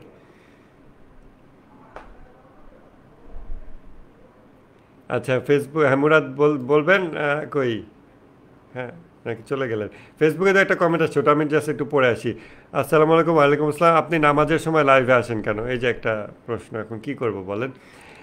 রুবেল আহমেদ বলছেন মাসুদ ভাই, পর্দা কি বাধ্যতামূলক? হ্যাঁ, নারী পুরুষ সবার, জাহেরি বাতেনি সব রকম পর্দা বাধ্যতামূলক। তো এখন আমরা এই প্রশ্নে কি উত্তর দিতে পারি? আমরা যখন কারো ব্যাপারে হিংসা করতেছি, তাকে আমরা উপহার দেওয়ার মাধ্যমে এই রোগের চিকিৎসার জন্য প্রচেষ্টা করতেছি। এই প্রচেষ্টারত অবস্থায় আমার অন্তরের অবস্থা হলো তার ব্যাপারে হিংসা আমার হৃদয়ে অবস্থান করতেছে, আর আমার বাহ্যিক কর্ম হলো আমি তার প্রশংসা করতেছি, মানুষের কাছে তার ব্যাপারে ভালো কথা বলতেছি, যেটা দেখে মনে হয় যেটা ভার্বাল নিফাক। আর তার গিফট দেই, তার সাথে হাসি খুশি এরকম করি, ফেকিং করতেছি, বিহেভিওরাল নিফাক বলে এটাকে মনে হতে পারে। এই দুটো আসলেই কি এটা বিহেভিওরাল নিফাক এবং ভার্বাল নিফাক কিনা? কর্ম তার পরিচয় লাভ করে তার নিয়তের সাপেক্ষে। যখন নফসের ময়দানে, এই যুদ্ধের ময়দান, মানুষ যে একটা দান্দিক সত্তা, মানুষ যে একটা জিহাদের ময়দান, মানুষ যে একটা যুদ্ধের ময়দান, ভালো মন্দের যুদ্ধ যেখানে সার্বক্ষণিক চলে, এবং এই যুদ্ধের দুটো পক্ষ আছে, প্রত্যেক পক্ষের হাতে বিভিন্ন রিসোর্স আছে, বিভিন্ন বিষয়, যেমন কেউ কামান, গোলা বারুদ, ফাইটার জেট, এগুলো যেমন যুদ্ধের উপাদান। নফসের যুদ্ধের এরকম বিভিন্ন উপাদান আছে, প্রশংসা করা, প্রশংসা করার ক্ষমতা, অন্য মানুষের বিভিন্ন গুণের বর্ণনা জানা, অন্য মানুষের দোষ জানা, গুণ জানা, অন্য মানুষের বংশ পরিচয় জানা, তার ব্যাপারে বিভিন্ন তথ্য, পৃথিবীর বিভিন্ন তথ্য, জ্ঞান, যা কিছু আছে আমাদের কাছে, যা কিছু আছে জাহেরি বাতেনি, সব ব্যবহার করে আমরা এই যুদ্ধ করি। এবং ভালো পক্ষের হাতে বেশ কিছু জিনিস ভালো পক্ষের নিয়ন্ত্রণে থাকে, বেশ কিছু জিনিস মন্দ পক্ষের নিয়ন্ত্রণে থাকে। কিছু জিনিসের ক্ষেত্রে ভালো এবং মন্দ উভয় পক্ষ টানাটানি করতে থাকে, ঠিক দুনিয়ার যুদ্ধের মতো। যেমন শত্রুপক্ষের একটা ড্রোন নামায় এনে ওটাকে আবার শত্রুপক্ষের এগেনস্টে ব্যবহার করতেছে, অথবা আমার কিছু সাপ্লাই আসতেছিল যুদ্ধের ময়দানে, ফুড, তেল, এগুলা, শত্রুপক্ষ মাঝখানে ওটা হামলা করে ওটা চুরি করে নিয়ে গেছে, এরকম। তখন আবার ওটা সে কাজে লাগাচ্ছে, এই যে টানা হেঁচড়া হয়। নফসের জিহাদের ময়দান কিন্তু এরকম। হিংসা রোগটা আমার ভিতরে তৈরি হয়েছে কোনো একটা ব্যক্তির বিরুদ্ধে। এটা মন্দ মন্দ সাইড, যুদ্ধের যে দুটো পক্ষ, মন্দ সাইডে এটা একটা টুলস হিসেবে, একটা অস্ত্র হিসেবে আছে এবং এটা ব্যবহার হচ্ছে। অনুভূতিটা সে বারবার আমার হৃদয়ে পুশ করতেছে। ভালো অংশ চেহেল হাদিস ক্লাস করতে করতে বিজয়ী হয়ে গেল এবং সে মনে করলো যে, খেয়াল করলো যে শত্রুপক্ষের 1000টা সৈনিক আছে, তার মধ্যে একটা সৈনিকের নাম হলো হাসাদ, হিংসা। এবং সে আমার অন্যান্য বিভিন্ন রিসোর্স আমার এখান থেকে চুরি করে করে নিয়ে যায়। যেমন ওই মানুষটার একটা ভালো গুণ আমি জানতাম, তার প্রশংসা করতাম, তার দোয়াও করতাম, এটা আমার এই সাইডে ছিল। এইটা সে চুরি করে নিয়ে গিয়ে হিংসার কাজে লাগাইতেছে। কিভাবে? ওই গুণটা নিয়ে, অমুক লোক তো মুখে বলে এটা, আসলে কি এরকম, ও তো আমার সাথে হিংসা করে আমার এই ক্ষতি করছে, আর বাইরে তো খুব ইসলাম ইসলাম দেখায়, দেখছো, এই যে আমি হিংসার চর্চা করতেছি। এভাবে সে আমার ভালো গুণগুলো চুরি করে নিয়ে যাচ্ছে, আমি বেখবর ছিলাম। এখন আমি চাচ্ছি যে হিংসা রোগটা, ওই শত্রুপক্ষের এই রোগটাকে আমি হত্যা করব। হিংসা বলে কিছু থাকবে না, হাসাদ, আমার এই নফসের ভিতরে হাসাদের কোনো অস্তিত্ব থাকবে না। শত্রুপক্ষ এই হাসাদ জিনিসটাকে ব্যবহার করতেছে এবং সে আমার ভিতর থেকে ভালো অনেক কিছু চুরি করে করে নিয়ে গিয়ে ওই কাজে লাগাইছে, যেটা সকল বদগুণই এই কাজ করে, চুরি করে, অপর পক্ষ থেকে চুরি করে বিভিন্ন বিষয়কে নিয়ে কাজে লাগায়, ধর্মীয় জিনিসকে কাজে লাগায়, কোরআনকে অপব্যবহার করে, হাদিসকে অপব্যবহার করে, নানান কিছু করে। গত ক্লাসেও আমরা এটা আসাবিয়া অধ্যায়ে বলছি। তখন আমার নিয়ত তৈরি হইল যে না, আমি এটা আর হইতে দিব না, আমি হইতে দিব না। এখন কিন্তু নিয়ত তৈরি হয়ে গেছে। এর আগ পর্যন্ত নিয়ত ছিল ওর হিংসা, ওর ক্ষতি, ওই কর্মের সাথে ওই নিয়তটা ছিল। এখন ওই নিয়ত জাগার জন্য, এখন আমি বাহ্যিক হিংসা করতেছি না, কিন্তু ওই নিয়ত জেগে ওঠার জন্য আমার ভিতরে একটা ফোর্স, ইবলিশের বাহিনী দিচ্ছে, আর আমি অ্যাক্টিভলি ফাইট করতেছি। ওই হিংসা আসে অন্তরের মধ্যে, আমি অ্যাক্টিভলি ওকে ফাইট করি যে না, এটা হবে না, ফাইট করতেছি। এটা হলো যুদ্ধরত অবস্থা। এর আগে কিন্তু যুদ্ধরত অবস্থা ছিল না। এর আগে আমি ওইটা চাইতাম এবং আমি হিংসা করতাম। এখন কিন্তু আমি আর ওইটা চাই না, তাও ওর যেই অভ্যাসবশত যে শক্তি, ও আমার ভিতরে, ওই লোকটাকে দেখলে আমার ভিতরে হিংসা জেগে ওঠে, জাগানোর চেষ্টা করতেছে, এবং হিংসা যেন আমার চেহারায় প্রকাশ পায়, কথায় প্রকাশ পায়, এটা সে চাইতেছে। আমার নিয়ত এখন বদলে গেছে, আমি এখন ওকে ইন্টারনালি ফাইট করতেছি। এখন কিন্তু যুদ্ধের ময়দানে চিত্র ভিন্ন হয়ে গেছে, এবং এই ফাইট করার অংশ হিসেবে আমি এমন কর্ম করতেছি যেটা ওকে পরাজিত করে। সো এই টোটাল বিষয়টাই আমার নফসের জিহাদের পজিটিভ যেই জিহাদ, ওই পজিটিভ জিহাদের অভ্যন্তরীণ অর্থাৎ বাতেন এবং বাহ্যিক বা জাহের। বাহ্যিক কি? গিফট দিচ্ছি, মানুষের কাছে তার প্রশংসা করতেছি। আর বাতেনটা কি? তার ব্যাপারে হিংসা আমার ভিতরে আছে এবং আমি ওকে ফাইট করতেছি। ও এখনও মরে যায়নি, বাট ও মরবে, আমি ওই জন্য চেষ্টা করতেছি। সে এখন আর এটা নিফাক না। এটা তখনই নিফাক হতো যে আমি বাহ্যিকভাবে ফুল দিচ্ছি, উপহার দিচ্ছি, ওর প্রশংসা করতেছি, এবং অন্তরে এরকম কোনো যুদ্ধরত অবস্থা নাই। অন্তরও চায় যে ওর ধ্বংস হোক, ওর খারাপ হোক, ও ক্ষতি হোক, অন্তর এইটাই চাইতেছে, আর বাহ্যিকভাবে ওইটা। কিন্তু এখন অবস্থা ভিন্ন। বাহ্যিকভাবে উপহার দেই, তার প্রশংসা করি, ভালো ভালো কথা বলি, আর অন্তর প্রচণ্ড স্ট্রাগল, কনফ্লিক্ট হচ্ছে, গরম হয়ে যাচ্ছে ভিতরে, ফাইট চলতেছে যে না, আমি ওর হিংসা করবো না, হিংসা খারাপ, হিংসা অন্যায়, হিংসার অনেক ক্ষতি আছে, এগুলো সো আমি ওকে অ্যাক্টিভলি ফাইট করতেছি। ওই ফাইটের অংশ হয়ে গেছে এখন এই কর্ম, সেই কর্মের নিয়তটা হয়ে গেছে এখন হাসাদকে ফাইট করা।